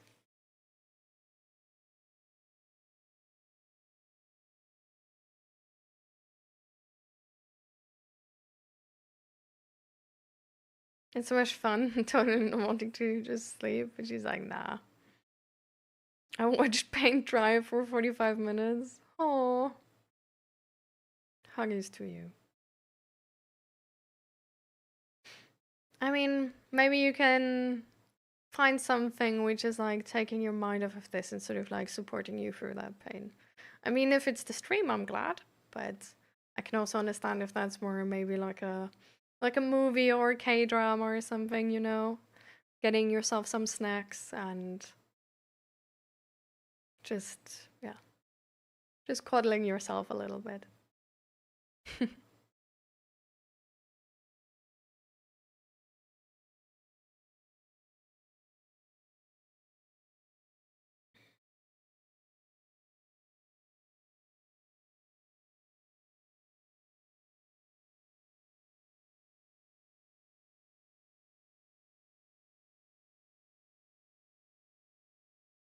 Oh no, Grumpy Palace Cat.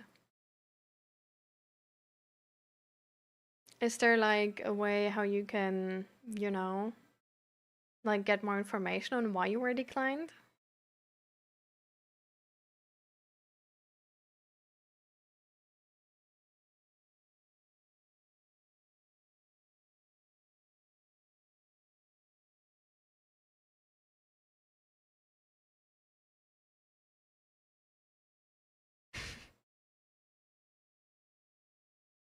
I love my coworkers, don't get me wrong, I just prefer working alone. I feel like working, I also prefer alone. But you know, I would like come into the office like just maybe like once a week, once every 2 weeks, just spend time with coworkers. Tainted Wisdom, hi, welcome.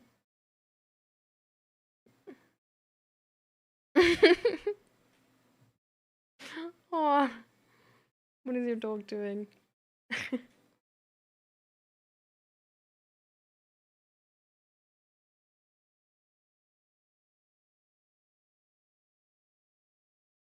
I get swarmed and I'm just like, go away. Aw. Have you tried telling them that you want more space?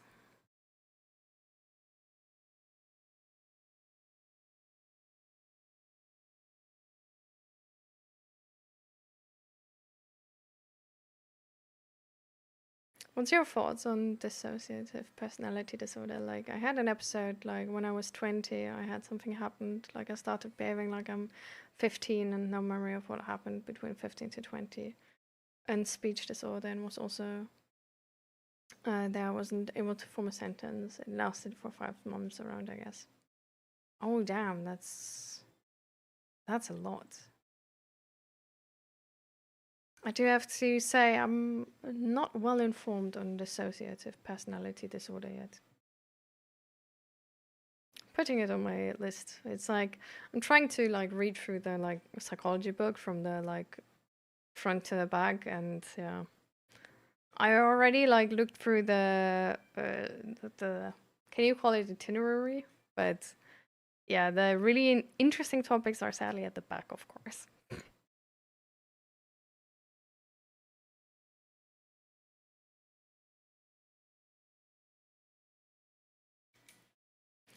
But I think my personal thoughts are just like, that sounds really tough. Sounds scary as well. Like, I would be scared that it happens again, right? Because it's like,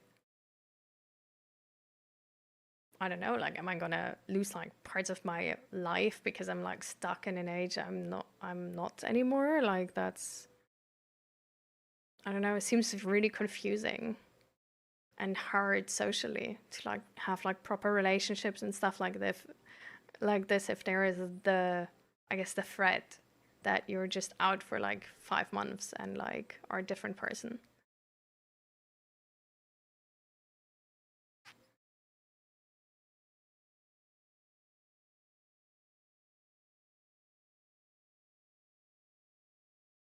Maybe my last year shenanigan and then that was my last year ban has something to do with it. They told me to try again after 3 months. Well, I guess in 3 months it's warmer in the Netherlands. Or something. But I'm sorry for you, Grumpy. That's annoying. Sounds also like really sort of like intransparent. So I don't really appreciate that. I feel like something like this should be like really transparent. But I'm disappointed it's not.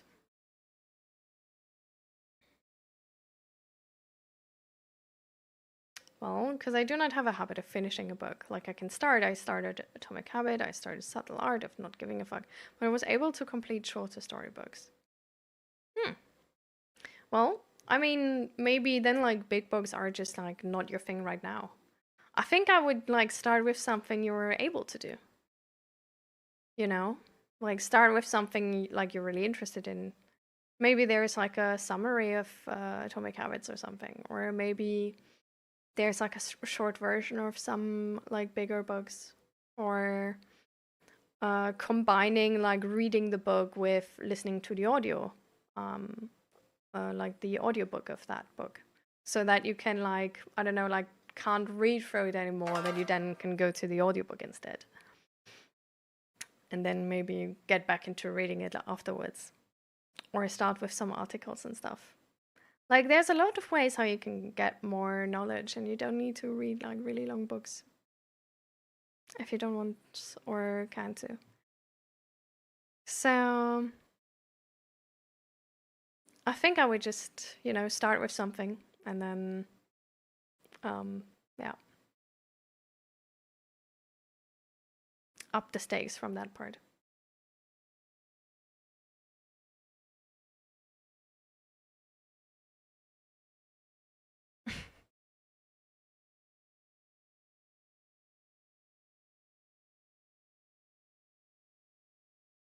Was at the restaurant and the red was bags up right in front of me to take a picture of a family.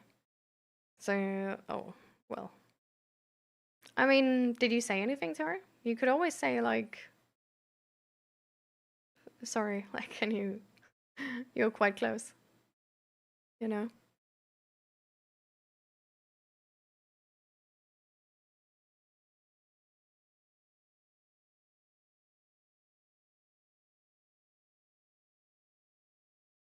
Oh, seems a bit exhausting though.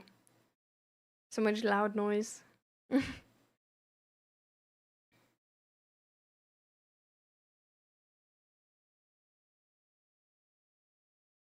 you kind of want to convert psychological ways to do things the best into it, to a philosophy on living a better life, how would that look like? Oof. That's a big question though.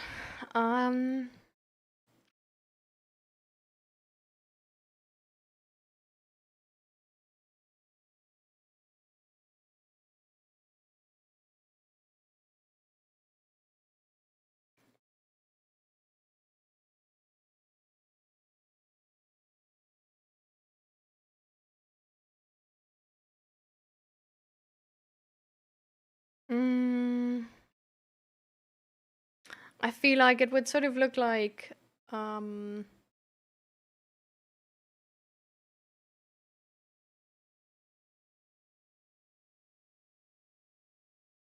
just understanding that it's a really individual experience for everybody of us, and there's a lot of different perspectives. And just being curious, honestly.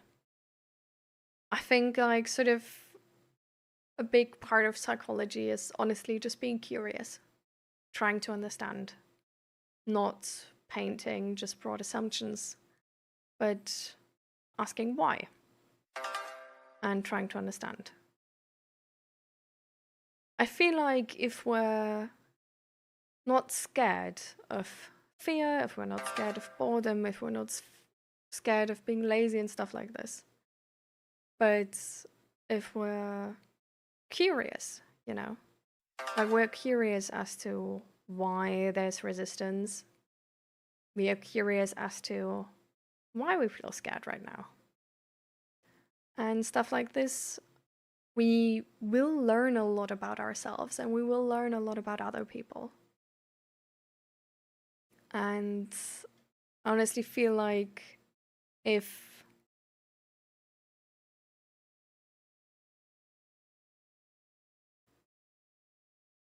curiosity is really helpful in life, it's really helpful to learn, it's really helpful in terms of staying open, it's just a really great quality, I think.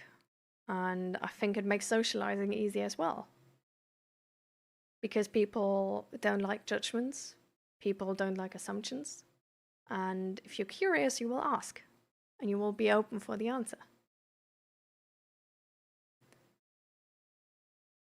So I think if we take that from psychology, of being curious and understanding that everybody has an individual experience, I think that's a good starting point for philosophy on how to live a good life.